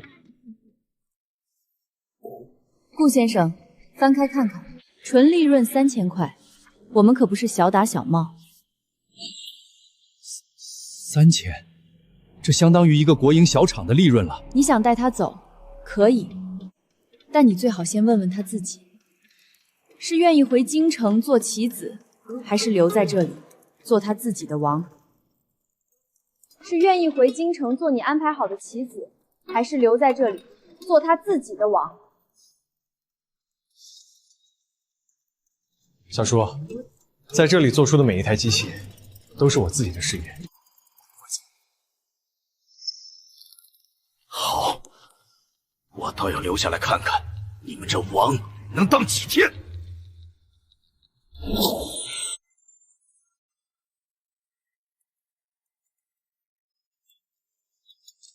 复式记账法，进项、出项，物料损耗精细到离。那当然，这都是我嫂子教我的。咱们作坊的账绝不含糊。这女人真的只是个乡下人，她的管理手段简直像个久经沙场的企业家。林厂长，顾师傅，这批主轴的卡扣全错位了，组装不上。停线！1号组把错位件分流，2号组拿备用件顶上，别断流水。艳秋，模具偏了半度，大家按我刚才改的角度手动微调，继续。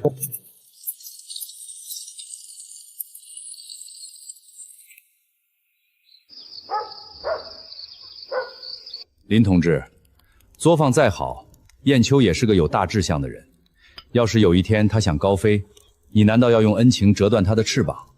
顾先生，你看错我了。他想走我不拦，他想飞我给他造跑道。但我的男人绝不接受任何高高在上的施舍。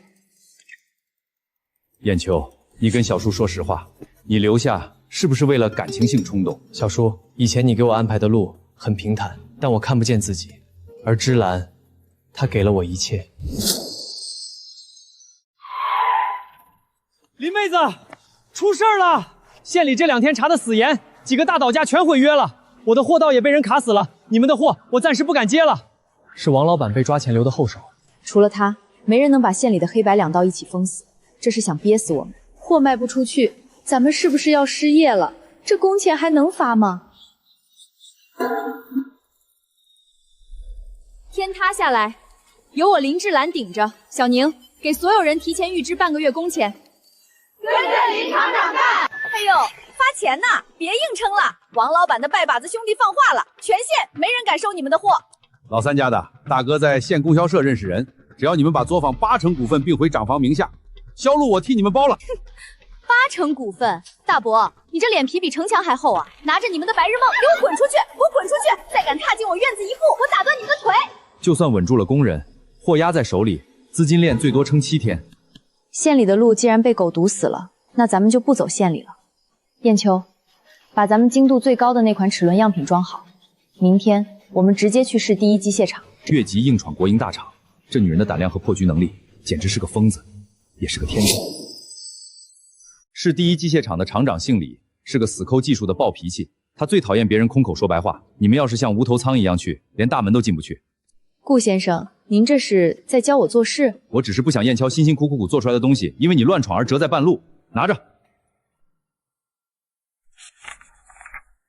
误差0.01毫米，这个精度，市里的老机床绝对做不出来。我连夜帮你们起草了一份乡镇代工合作申请书，格式和术语都是体制内认的。带着这个去，你们就不是私人作坊，而是寻求合作的集体单位。谢了顾叔。嫂子，那可是市里的国营大厂，人家能正眼看咱们县下人吗？小宁，记住，咱们今天不是去求人的，是去给他们解决问题的。把腰杆给我挺直了，是未来的大厂。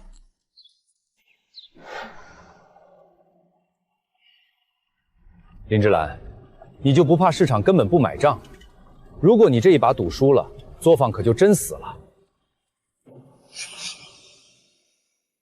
如果他们不买账，我就在市场对面摆摊，当着他们所有采购人的面卖。顾叔，我的人生字典里没有死路，只有杀出一条血路。今天扇门必须进。乡镇作坊，走走走，咱们李厂长忙着呢，这批雕刻机哪有空见你们这些推销破铜烂铁的？后天交不了货，咱们全场跟着喝西北风去吧！精度，机会来了！闪开！干什么呢你？保安呢？保安解决不了你的死局，但我能。你们机器做不出来的0.01毫米精度，我的人手工打磨得出来。厂长，这顾差简直完美。这位女同志，你这件有多少？我全要了，我按市价双倍给你现金。双倍现金，我不稀罕。那你想要什么？我要你们厂淘汰下来的2台重型切床，我要是机械厂独家授予的乡村代工厂挂牌资质，我还要你们未来3年的1级配件订单。林厂长，合作愉快！那2台机床，我明天就派铁放大卡给您送到莲花村去。嫂子，咱们真的成了国阳厂的合作单位了。从今天起，我看谁还敢说咱们是投机倒把。走，回家开厂。我以为你会见好就收，没想到你连机床和挂牌资质都敢敲诈过来。你这是逼着李厂长把你们当自己人啊？只拿钱，我们永远是下九流的供货商；拿了机床和资质，我们就是体制内的正规军。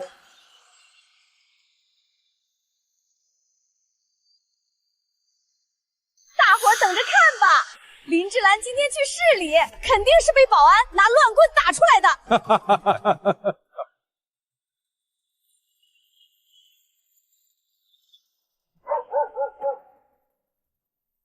大队长，烦请大喇叭通报一下，市第1机械厂正式向咱们拨发2台重型切床，作坊升级。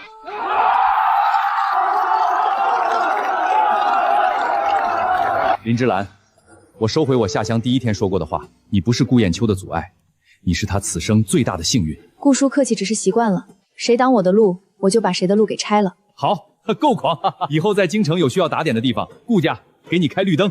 燕秋，看到他今天的手段了吗？如果有一天有更大的机会在外面，你会离开他吗？小叔，我会去更大的世界，但绝不是为了离开他，而是为了等他站上顶峰的时候，我能递给他最锋利的刀。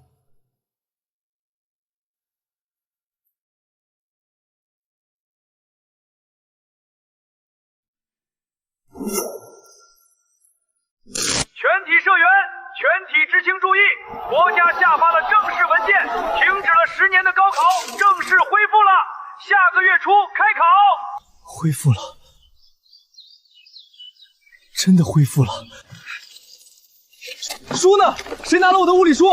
顾燕春肯定会去考，只要他考上，他绝对会替了那个乡下寡妇回城。不，我得不到的，那个村母也别想得到，我要毁了他们。厂子刚刚拿到国营资质，新机床还没调试完，一旦我撒手，精度出了问题，芝兰所有的心血就全毁了。高考，明年再考也一样。芝兰，你干什么？机床调试离不开我。从今天起，厂里的一根螺丝钉都不许你碰。可是，没什么可是。你以为你不考试帮我？错。我要的是一个能站在顶峰给我递刀的男人，不是一个缩在乡下陪我打铁的钳工。给我读，考不上省第一，你就别认我。芝兰，你知不知道，一旦我放手，你要扛下多大的压力？1号机床交给我爹盯着下料，2号精度组我亲自带人手工复核，账目小宁全接管，外面的妖魔鬼怪我拿刀挡。你唯一的任务就是把这10年落下的东西给我塞回脑子里。我以为他会借机锁住燕秋，没想到他居然敢一个人扛起整个重工业盘子，只为了把燕秋往天上送。这女人的气魄，我顾家几个男人加起来都不止。顾师傅都不管事儿了，是不是要考上大学跑路了啊？这厂子还能开几天？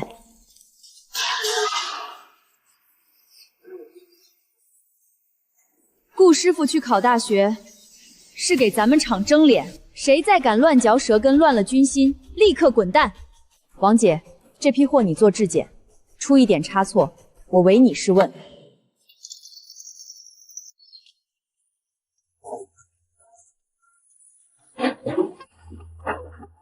芝兰，辛苦你了。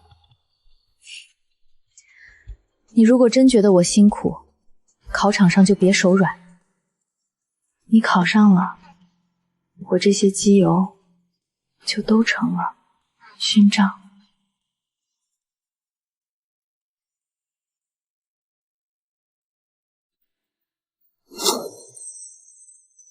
哎，燕秋，你之前在京城底子好，把你整理的核心笔记借哥们抄抄呗。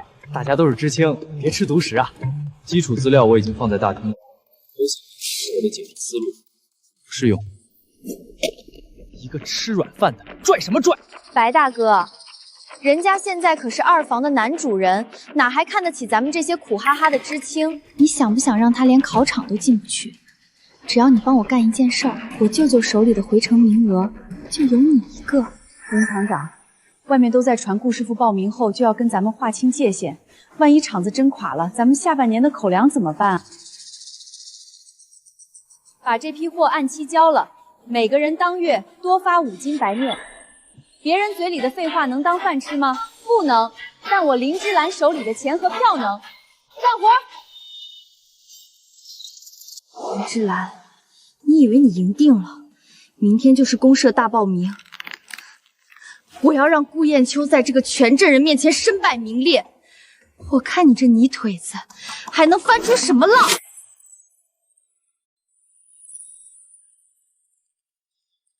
户籍、介绍信都没问题。燕秋，明天的报名是第1道关卡，别紧张。顾家虽然远在京城，但叔叔在这儿，绝不会让你掉垫子。谢谢小叔。听着，明天到了报名点，你就咬死他生活作风有问题。现在政审严，只要有群众实名举报，公社绝对不敢收他的冒名的表。放心吧，搞秋一个小白脸，这事我拿手。他别想考上大学压在老子头上。嫂子，我刚才去茅厕，路过打谷场，听见苏曼宁和白伟民在密谋，他们明天要在报名点当众举报姐夫作风问题，这可是要命的。正愁找不到机会弄死这只苍蝇，他自己倒把头伸过来。小宁，把作坊那份市级文件，还有上次派出所的立案笔录带上，明天去打狗。睡不着，怕明天有变数。安心睡，明天我带你去杀出个前程。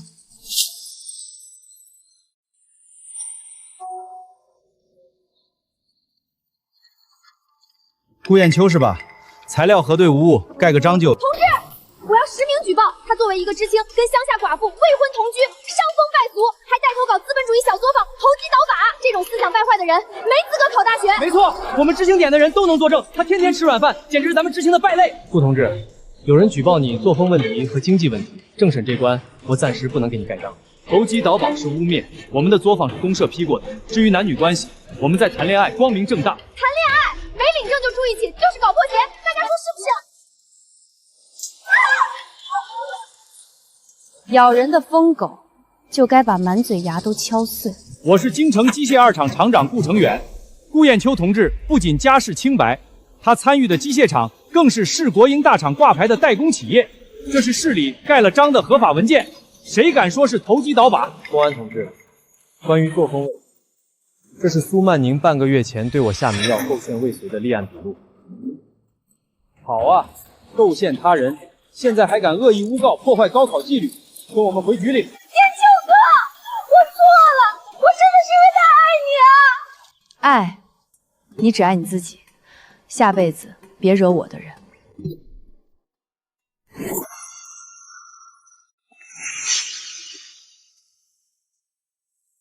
芝兰，如果今天没有你，没有如果，表报完了，路给你清干净了，接下来是你自己的战场。考砸了，回去接着拧螺丝，我养你。林厂长，距离考试还有大半个月，厂子外部的对接、村干部的应酬，这些抛头露面的琐事交给我来办，你专心盯生产，燕秋专心考试。那就辛苦顾叔了，咱们这草台班子有您这尊大佛坐镇，稳了。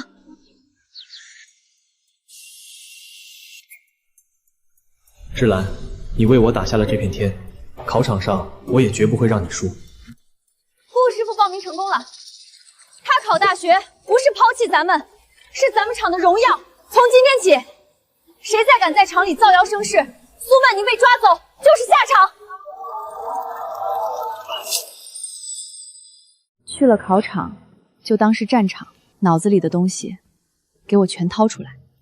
你一个人盯着信息床，当心点儿。考你的，别回头，天塌下来，我用铁锤顶着。林厂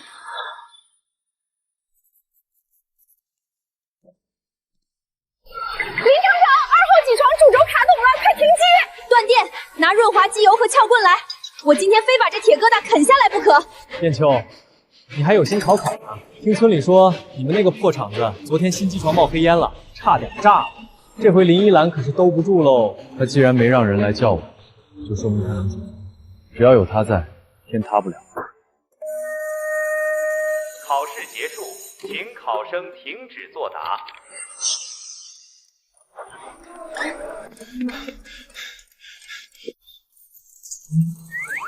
林厂长，我交卷了。顾师傅，我的车床也修好了。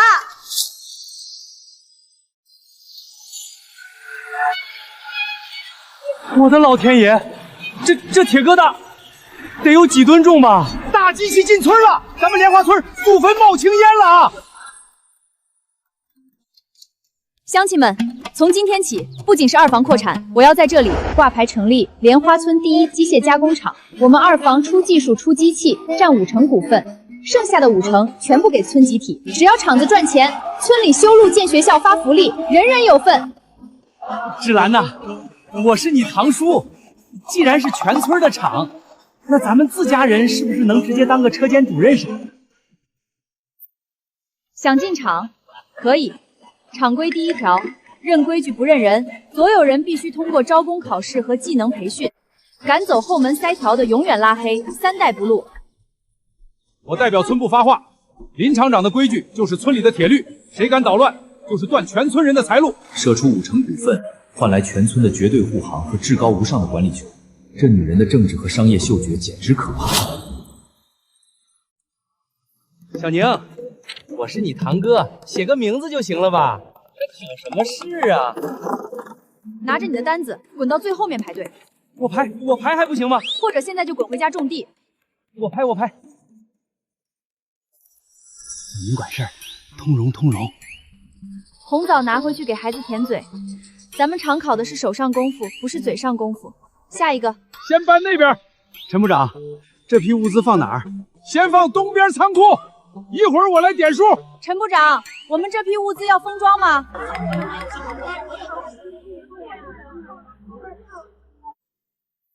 凭什么？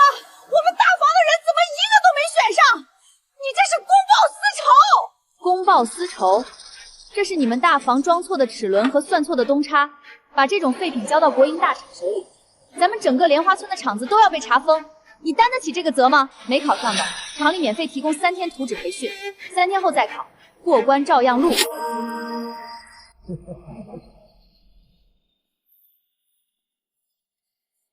村办企业最大的毒瘤就是人情社会，如果不能斩断这些散满的根，这厂子活不过3个月。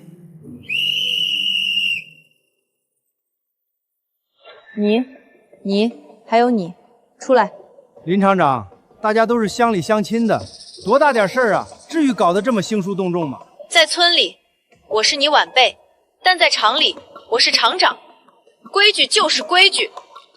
你们3个偷料、违纪、顶撞管理，现在去财务结清今天的工钱，立刻开除。你们所在小组的本月奖金全部扣除。村里支持林厂长的决定，以后谁把工厂当成自家炕头，谁就滚蛋。开除只是杀鸡儆猴，人太多，你一个人盯不过来，必须引入现代工业管理。你说，建立组长、质检、计件3级管理。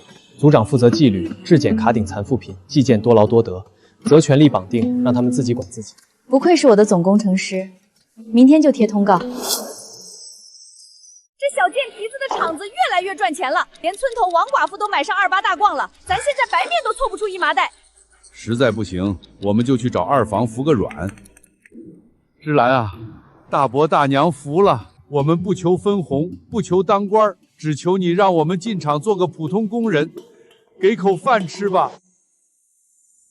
我之前说过，认规矩不认人，填表，参加明天的培训，考过了就上流水线拧螺丝，考不过谁求情也没用。我们都跪下了，你连个直接进厂的名额都不给，老三，你管管你儿媳妇儿啊，打断骨头连着筋啊！大嫂，从你们抢走2房最后一点口粮，半夜带人来砸场的那天起，咱们的骨头就已经断干净了。2房不欠你们大房任何东西。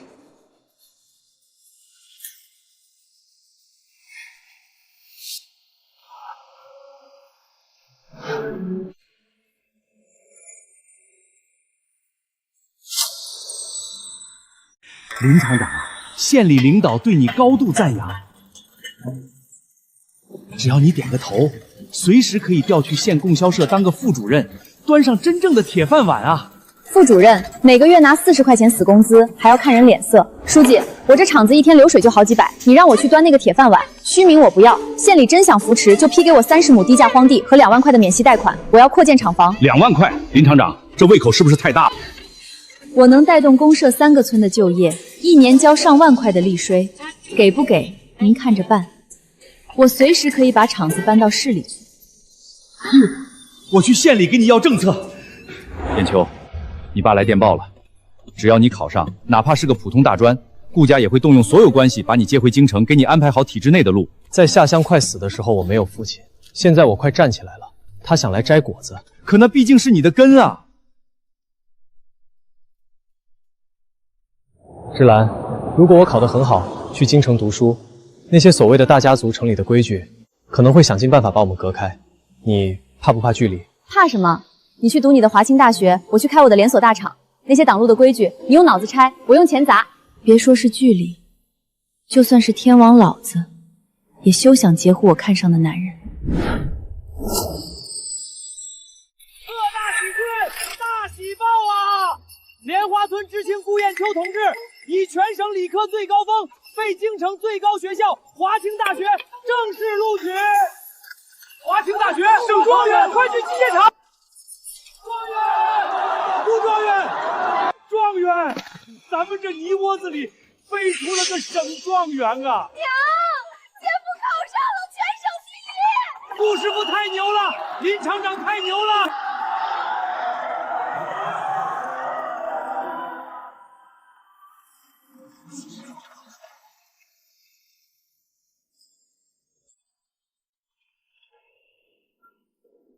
芷兰，我们做到了。这是你的战利品，干得漂亮，顾工程师。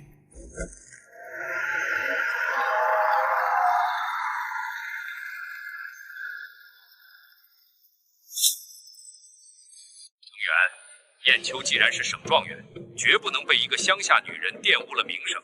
你给她办手续，立刻回京。至于那个女人，你给她1000块钱，或者在县里给她安排个供销社临时工，打发了。顾厂长，我考省第一，是为了有资格站在他身边，不是为了回去当你的提线木偶。逆子！顾家的门楣，岂容一个没教养的泥腿子踏进来？你如果不和他断干净，就别想进顾家的门。那就请顾家把门锁死。我的家在莲花村。林厂长，顾家的态度你大概猜到了。我大哥愿意让步，说只要你关掉这个乡下的厂子，安心跟燕春去京城做全职太太，顾家可以勉强接纳你进门。接纳全职太太？顾叔，你大概搞错了一件事。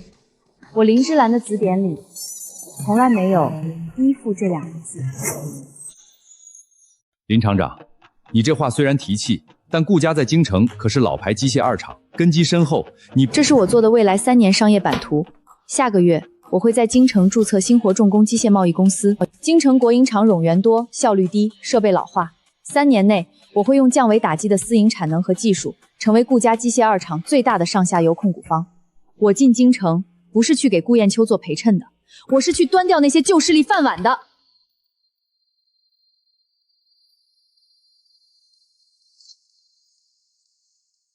林厂长，顾家傲慢，是因为他们瞎了眼。我顾成远彻底服了。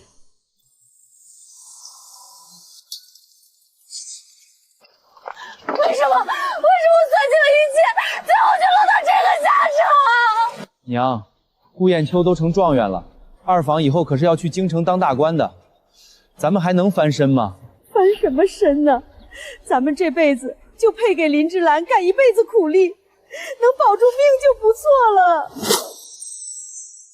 小宁，从今天起，你正式出任莲花村机械厂副厂长，主抓财务和日常调度。嫂子，你要走？我去京城开路，打前站，大后方就交给你们。王姐，你升任车间总主任，抓品控。厂规我定死了，谁敢作妖，按章开除，绝不姑息。嫂子，你放心，我就是拼了命，也给你守好这个大本营。这里面是我这段时间画的高精尖机械图纸，还有几项核心改良专利。芝兰，你带着这些去京城，这就当是我给你打天下的底牌，也是我的嫁妆。嫁妆？顾状元，你把自己定位得很准吗？在外面，我是华清学子，但在你这里，我永远是你的人。既然是我的，去京城要是敢被哪个城里大小姐勾走了魂，我不仅拆了顾家，连你的腿一块打断。你不会有这个机会的。我愛你，你愛我，說慣了，聽慣了，彷彿碰運氣。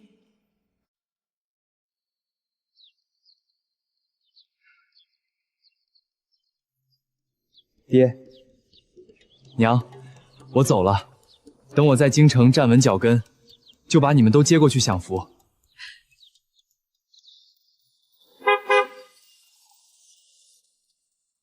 磨蹭什么呢，状元郎？上车，送你一程。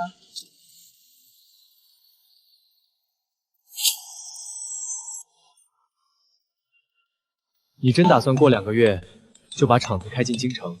怎么，怕我抢了你们华国高材生的风头？我只怕我学得不够快，赶不上你扩张的速度。顾燕秋，看见了吗？我们的天下从这里才刚刚开始。你去哪里，我的技术就落到哪里。我在京城等你，顶峰相见。亲爱的姑娘，见到你心就慌张。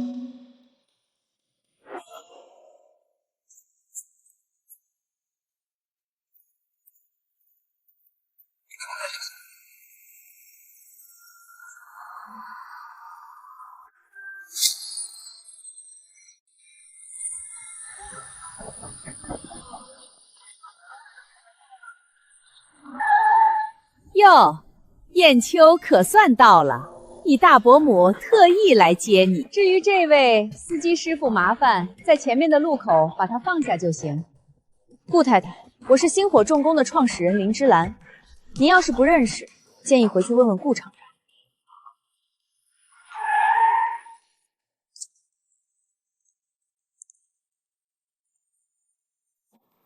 老张，这位林同志是送燕春回来的。给他叫辆3轮车送走，别让他进门脏了地。我林芝兰进哪道门，从来不需要别人批准。让开。燕秋，既然回来了，就把那些乡下的事儿彻底断了。你敢坐？那是贵客的位置。贵客，顾厂长，我是来谈生意的。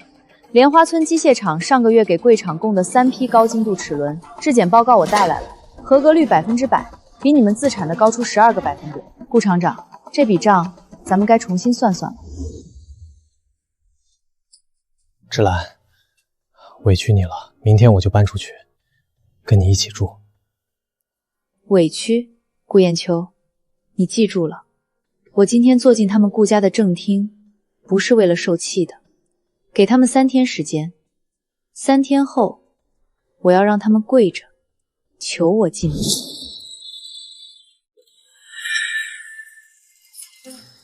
听说那个省状元来了，就是从农村来的。农村来的能有什么见识？估计连英语口语都不会说。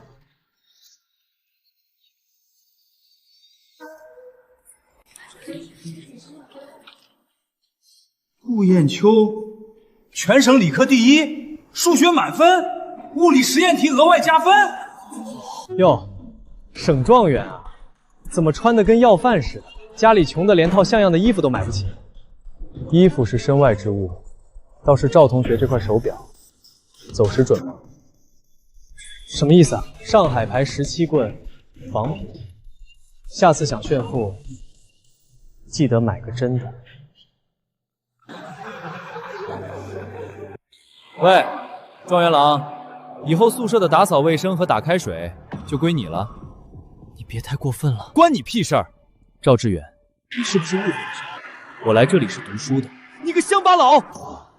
我说过了，我的名字叫顾燕秋，不叫乡巴佬。再叫一次，我把你连人带桌子扔出窗外。不信你可以试试。芝兰，你在京城一定也在拼命吧？我不会让你失望的。请问，您就是顾燕秋学长吗？我是机械系的，仰慕您很久了。有事吗？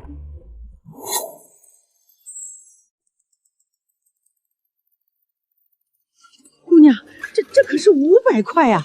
你这院子是要干什么呀？开工厂？大妈，3天之后，这里就是京城第1家民营机械贸易公司星光重工，到时候您就是元老级员工，每月给您发退休金。哎呦！林老板，不是我们瞧不起您一个外地来的女人，想在京城做机械生意。是啊，我们跑了1个星期，人家一听是私人的，连门都不让进。这是市机械局上周发的内部通报，国营机械二厂的齿轮次品率连续3个月超标，导致3批出口订单延迟赔付违约金23万。他们的痛点就是我们的机会。明天带上样品，跟我去机械二厂门口摆摊。干嘛呢？干嘛呢？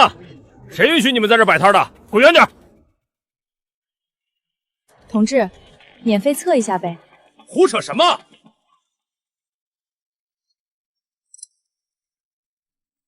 ？0.008毫米，这精度比咱们厂最好的进口机床还高。林老板，汇款单，加急的。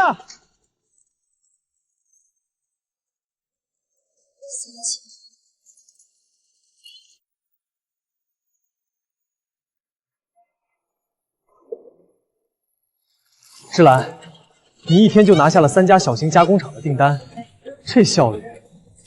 怎么样，顾状元？觉得你媳妇还行吧？不是还行，是了不起。嘴这么甜，那今晚加班画图纸有没有问题？这个林芝兰居然真的在京城站稳了脚跟，3天拿了3000块的订单。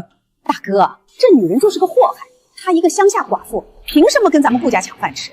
再说了，燕秋现在可是华清的学生，前途无量，要是被她拖累，我看燕秋是被灌了迷魂汤。那个什么星火重工，查清楚了吗？查了。法人代表林芝兰，注册资金5万，实际到位资金不明，供货渠道来自莲花村，但是厂长同志有个问题，说他的技术来源似乎和燕秋有关。那些高精度齿轮的图纸风格很像燕秋的手笔。哟，状元郎还在用功呢。听说你那个乡下媳妇儿在京城开了个野鸡公司，是不是用的你的技术啊？这可是违反校规的。证据呢？这位同学，你说的是星活重工的林芝兰女士？邹教授，顾燕秋，跟我来一趟办公室。关于你之前提交的那篇微型齿轮转动系统的优化设计论文，我想和你深入聊聊。这篇论文的数据和推导达到了博士研究生的水平，这不是本科生能写出来的东西。教授，这些设计是我和一个朋友在实践中摸索出来的。他在乡下办了一个机械厂，我是他的技术顾问。你在乡下办厂，还是技术顾问？是的，而且那家厂的产品精度已经超过了国内大多数国营企业的水平。好一个理论与实践结合。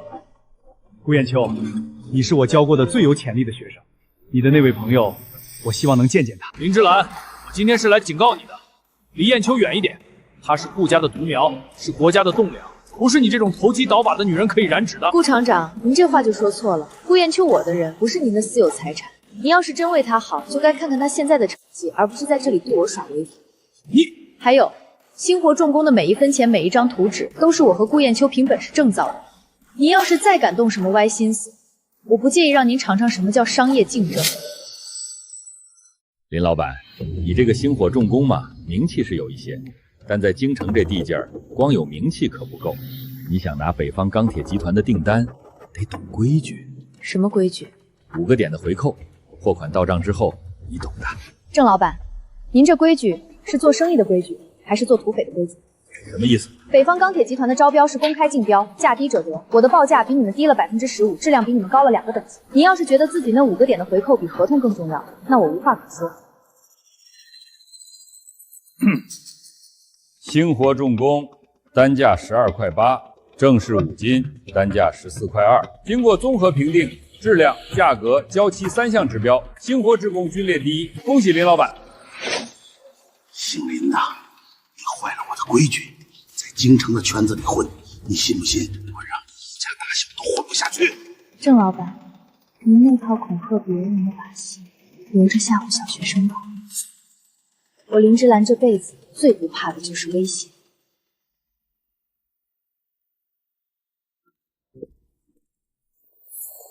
林老板，郑老板让我们给您带个话，京城的水很深，您一个外地女人，还是趁早滚回去吧。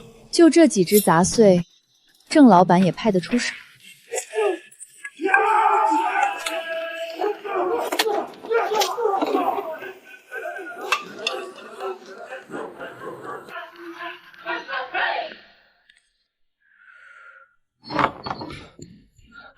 郑老板派人堵你，几只蝼蚁而已。不过，郑老板既然先动手，那就别怪我不客气了。你要怎么做？做生意讲究你死我活，他要断我的财路，我就断他的根。燕秋，帮我查一下郑氏五金的税务问题和供应链漏洞，3天之内，我要让他从京城商界消失。我们这套方案成本虽然高点，但效率绝对碾压全场。这个学生怎么回事？别人都用电机，他用纯机械结构，这不是自讨苦吃吗？别急，看完再说。轻点，轻点。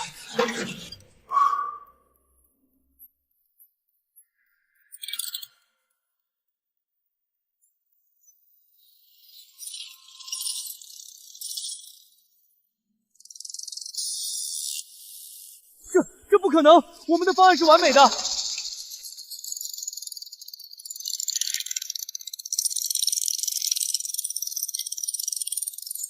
纯机械结构，零能耗，零故障。顾砚秋，你这个设计完全可以申请国家专利。顾砚秋同学，我是机械系3年级的沈清歌。今天的竞赛，你的表现太精彩了。谢谢。我听说你有女朋友，是在乡下开的那个厂。她叫林芝兰，是星火重工的创始人，也是我这辈子最重要的人。她一定很优秀吧？她不只是优秀，她是这个世界上最厉害的女人。偷税漏税30多万，虚开发票还涉嫌行贿采购工。郑老板，你的末日到了。今天教授说我有希望提前保研，但我知道真正的战场不在实验室，而在芝兰身边。等我把这些东西学透，我就回星火，和他一起把这个事业做大。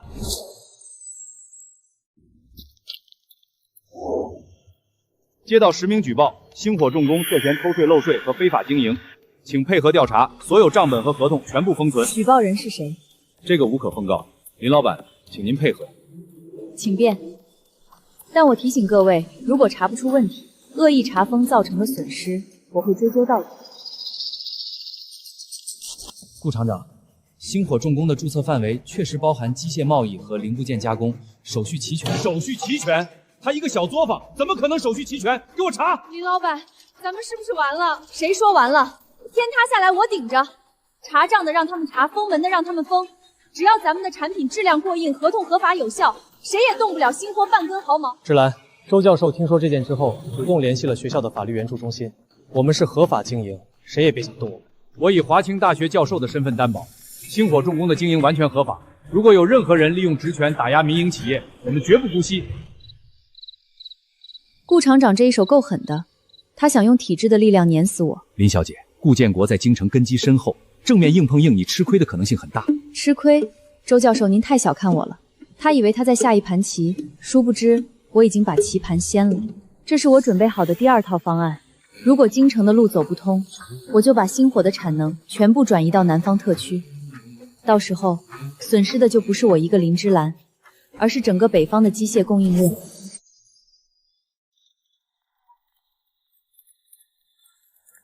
徐记者，我有一个故事想卖给您，关于一个民营企业家如何在重压下求生存的故事。有实锤吗？我的天，这可是重磅炸弹！林老板，您这胆子也太大了，敢把这些东西捅出来。我林芝兰从来不被动挨打，要么不做，要做就做到底。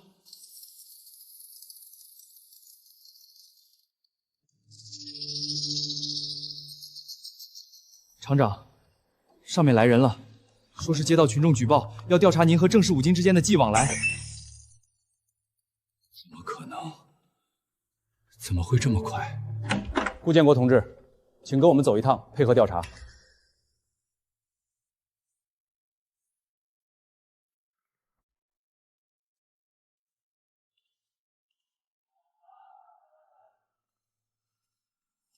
芝兰，你赢了。赢了吗？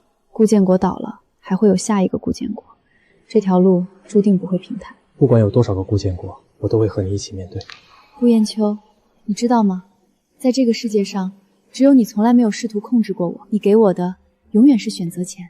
因为我知道，聋子锁不住鹰，我能做的就是在你飞翔的时候，为你挡住所有的风。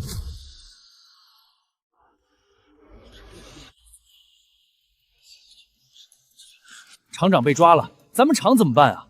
下个月的工资还能发吗？听说是因为得罪了一个叫林芝兰的女老板，那个女人到底是什么来头啊？经初步核查，机械二厂存在严重的经营管理问题，包括设备老化、效率低下、产品次品率居高不下。雁秋，你可算回来了！你爹被那个贱人害了，你现在赶紧去找关系，把你爸捞出来呀！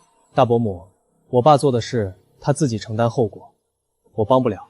你这是什么话？他是你亲爹呀！亲爹，在我快饿死在乡下的时候他在哪儿？在芝兰被人欺负的时候他在哪儿？现在他有难了，想起我是他儿子了。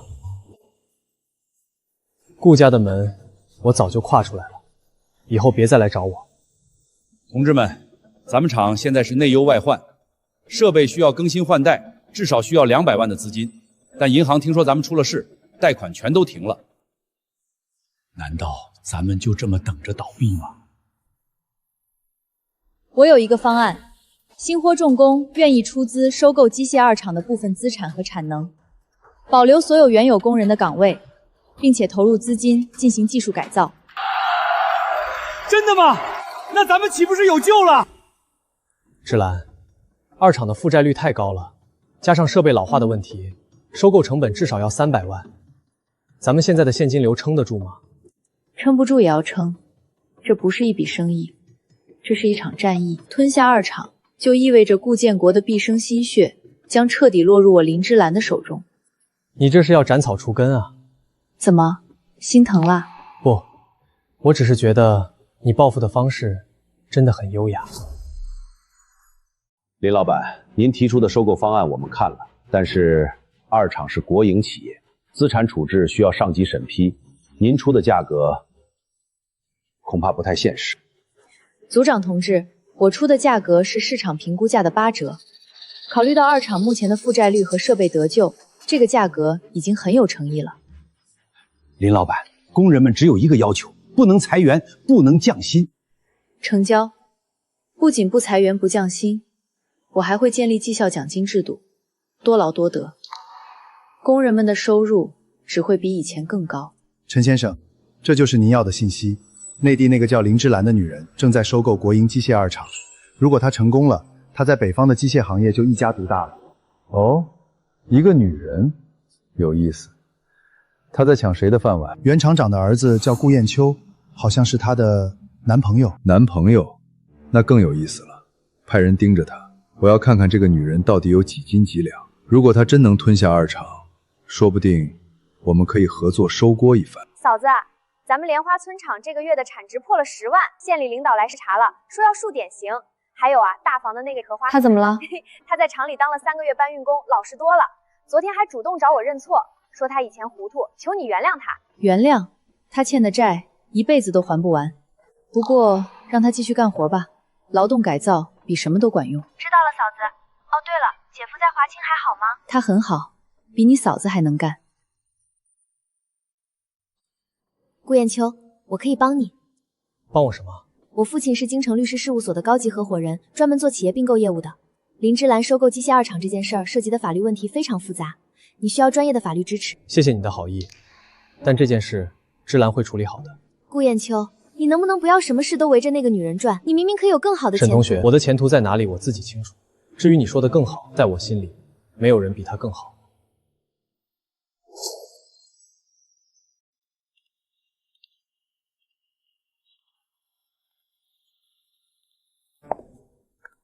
林小姐久仰大名，一个从农村出来的女人，能在京城打出这样的江山，陈某佩服。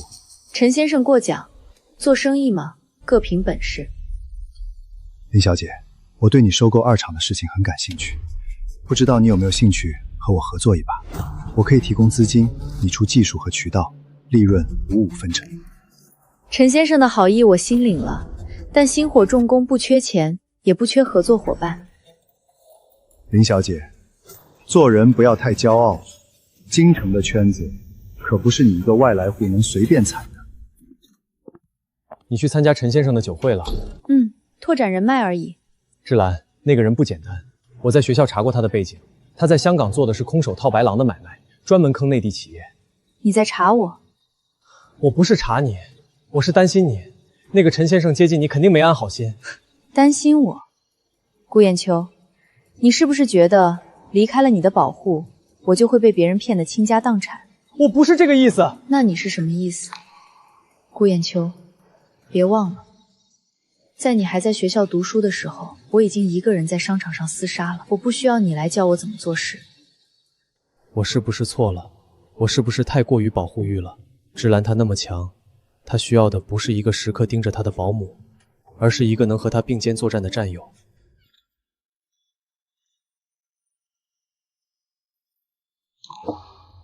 对不起。什么？昨晚是我越界了。你不是需要保护的小鸟，你是翱翔的鹰。我应该做的是在你累了的时候给你一个肩膀，而不是告诉你该怎么飞。顾砚秋，你什么时候学会这么说话了？跟你学的，芝兰。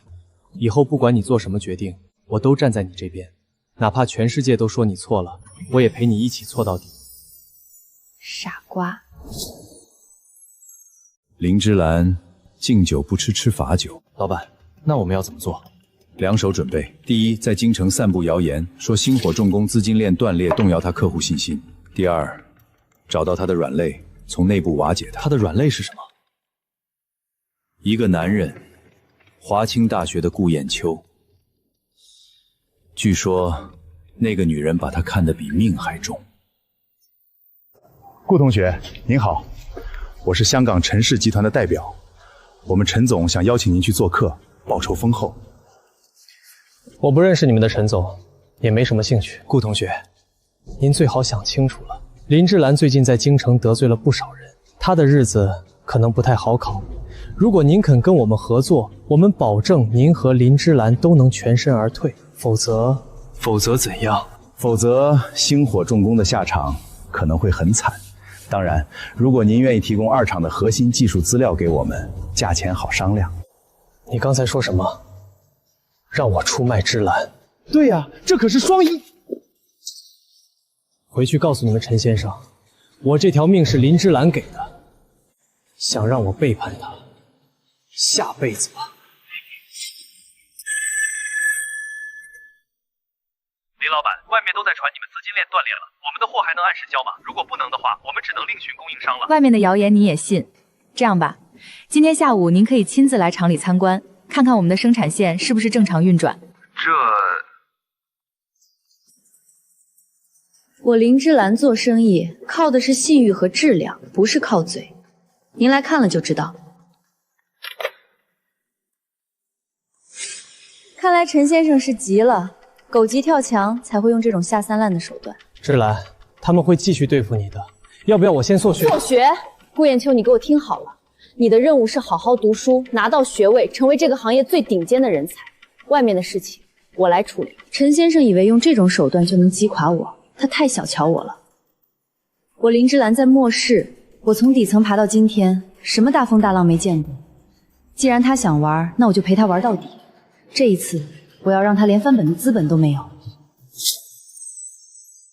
林老板，这是陈先生在内地的所有地下交易记录，他和正氏武功和机械2厂的顾建国都有资金往来，还有他还涉嫌通过涉税违规的方式进口机械设备，逃避关税，金额巨大，足够让他受到应有的法律制裁。这些证据你怎么拿到的？我在正氏干了20年会计，有些东西他们以为销毁了，其实我都留了配份。这是我的保命符，现在交给您了。老张，从今天起你就是星火重工的财务顾问，你的安全我负责。整合不规范企业。哟，林小姐也来了，欢迎欢迎。陈先生，您的发布会我很感兴趣，不过在您宣布整合之前，我想先给大家看一样东西，这是陈氏集团涉嫌涉税违规以及恶意做空内地企业的全部证据。原件已经递交海关总署和公安部。林小姐，你这是污蔑，诽谤是要负法律责任的。是不是污蔑？一会儿执法人员来了就知道了。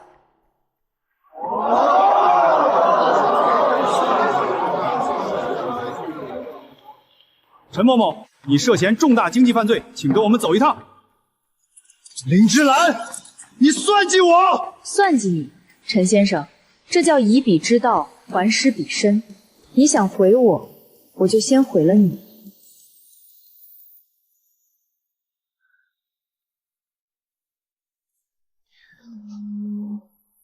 芝兰，辛苦了。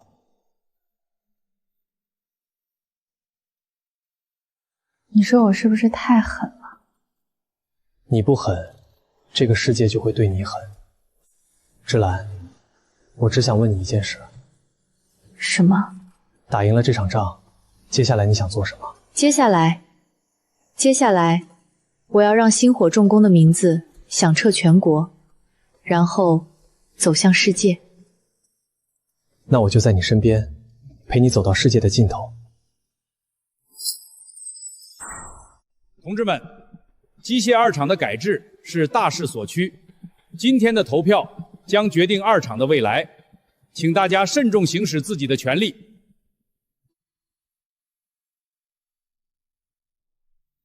赞成收购347票，反对12票，弃权3票，超过2/3多数，收购案通过。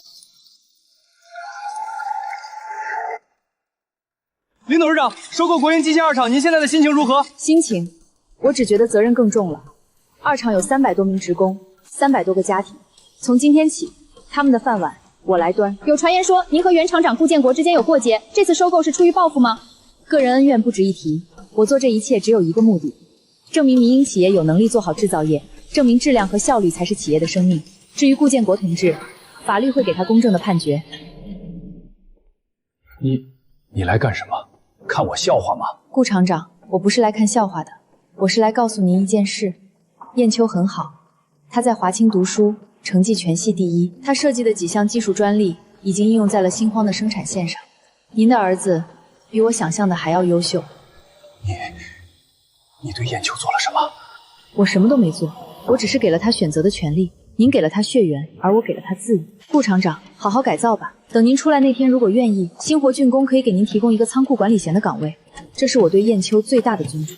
芝兰，今天二厂的牌子换上了，我爸也被判了，一切都结束了。结束？不，这才刚刚开始。你知道我最想要的是什么吗？什么？我要让星火的产品从这里卖到全国，从全国卖到世界。我要建立一个真正的商业帝国，一个永远不会被任何人撼动的王国。那我就是这个帝国的总工程师。顾燕秋，你准备好了吗？前面的路会比现在难100倍。从我决定留在你身边的那一刻起，我就做好了准备。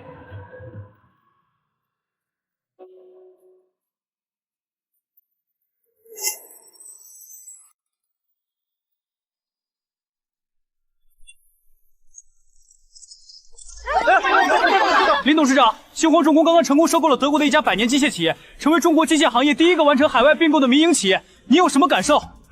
我只想说一句话：中国制造不再是廉价的代名词。从今天起，世界要看我们的脸色。5年前，我是一个从乡下走出来的知青，连英语单词都认不全。5年后，我站在这里，拿到了机械工程硕士学位，手中握着12项国家专利。这一切不是因为我很优秀，而是因为我遇到了一个比我更优秀的女人。她教会我，出身不代表命运，学历不代表能力，真正决定一个人的是他的勇气、他的坚持和他身边是否有那个愿意与他并肩作战的人。感谢我的导师周教授，感谢华清大学，更要感谢我的妻子林芝兰，是你让我看到了更大的世界。爹娘，咱们莲花村基地今年的产值突破了3个亿，县里说要给嫂子立雕像呢。好啊！当年那个替嫁来的媳妇儿，谁能想到啊？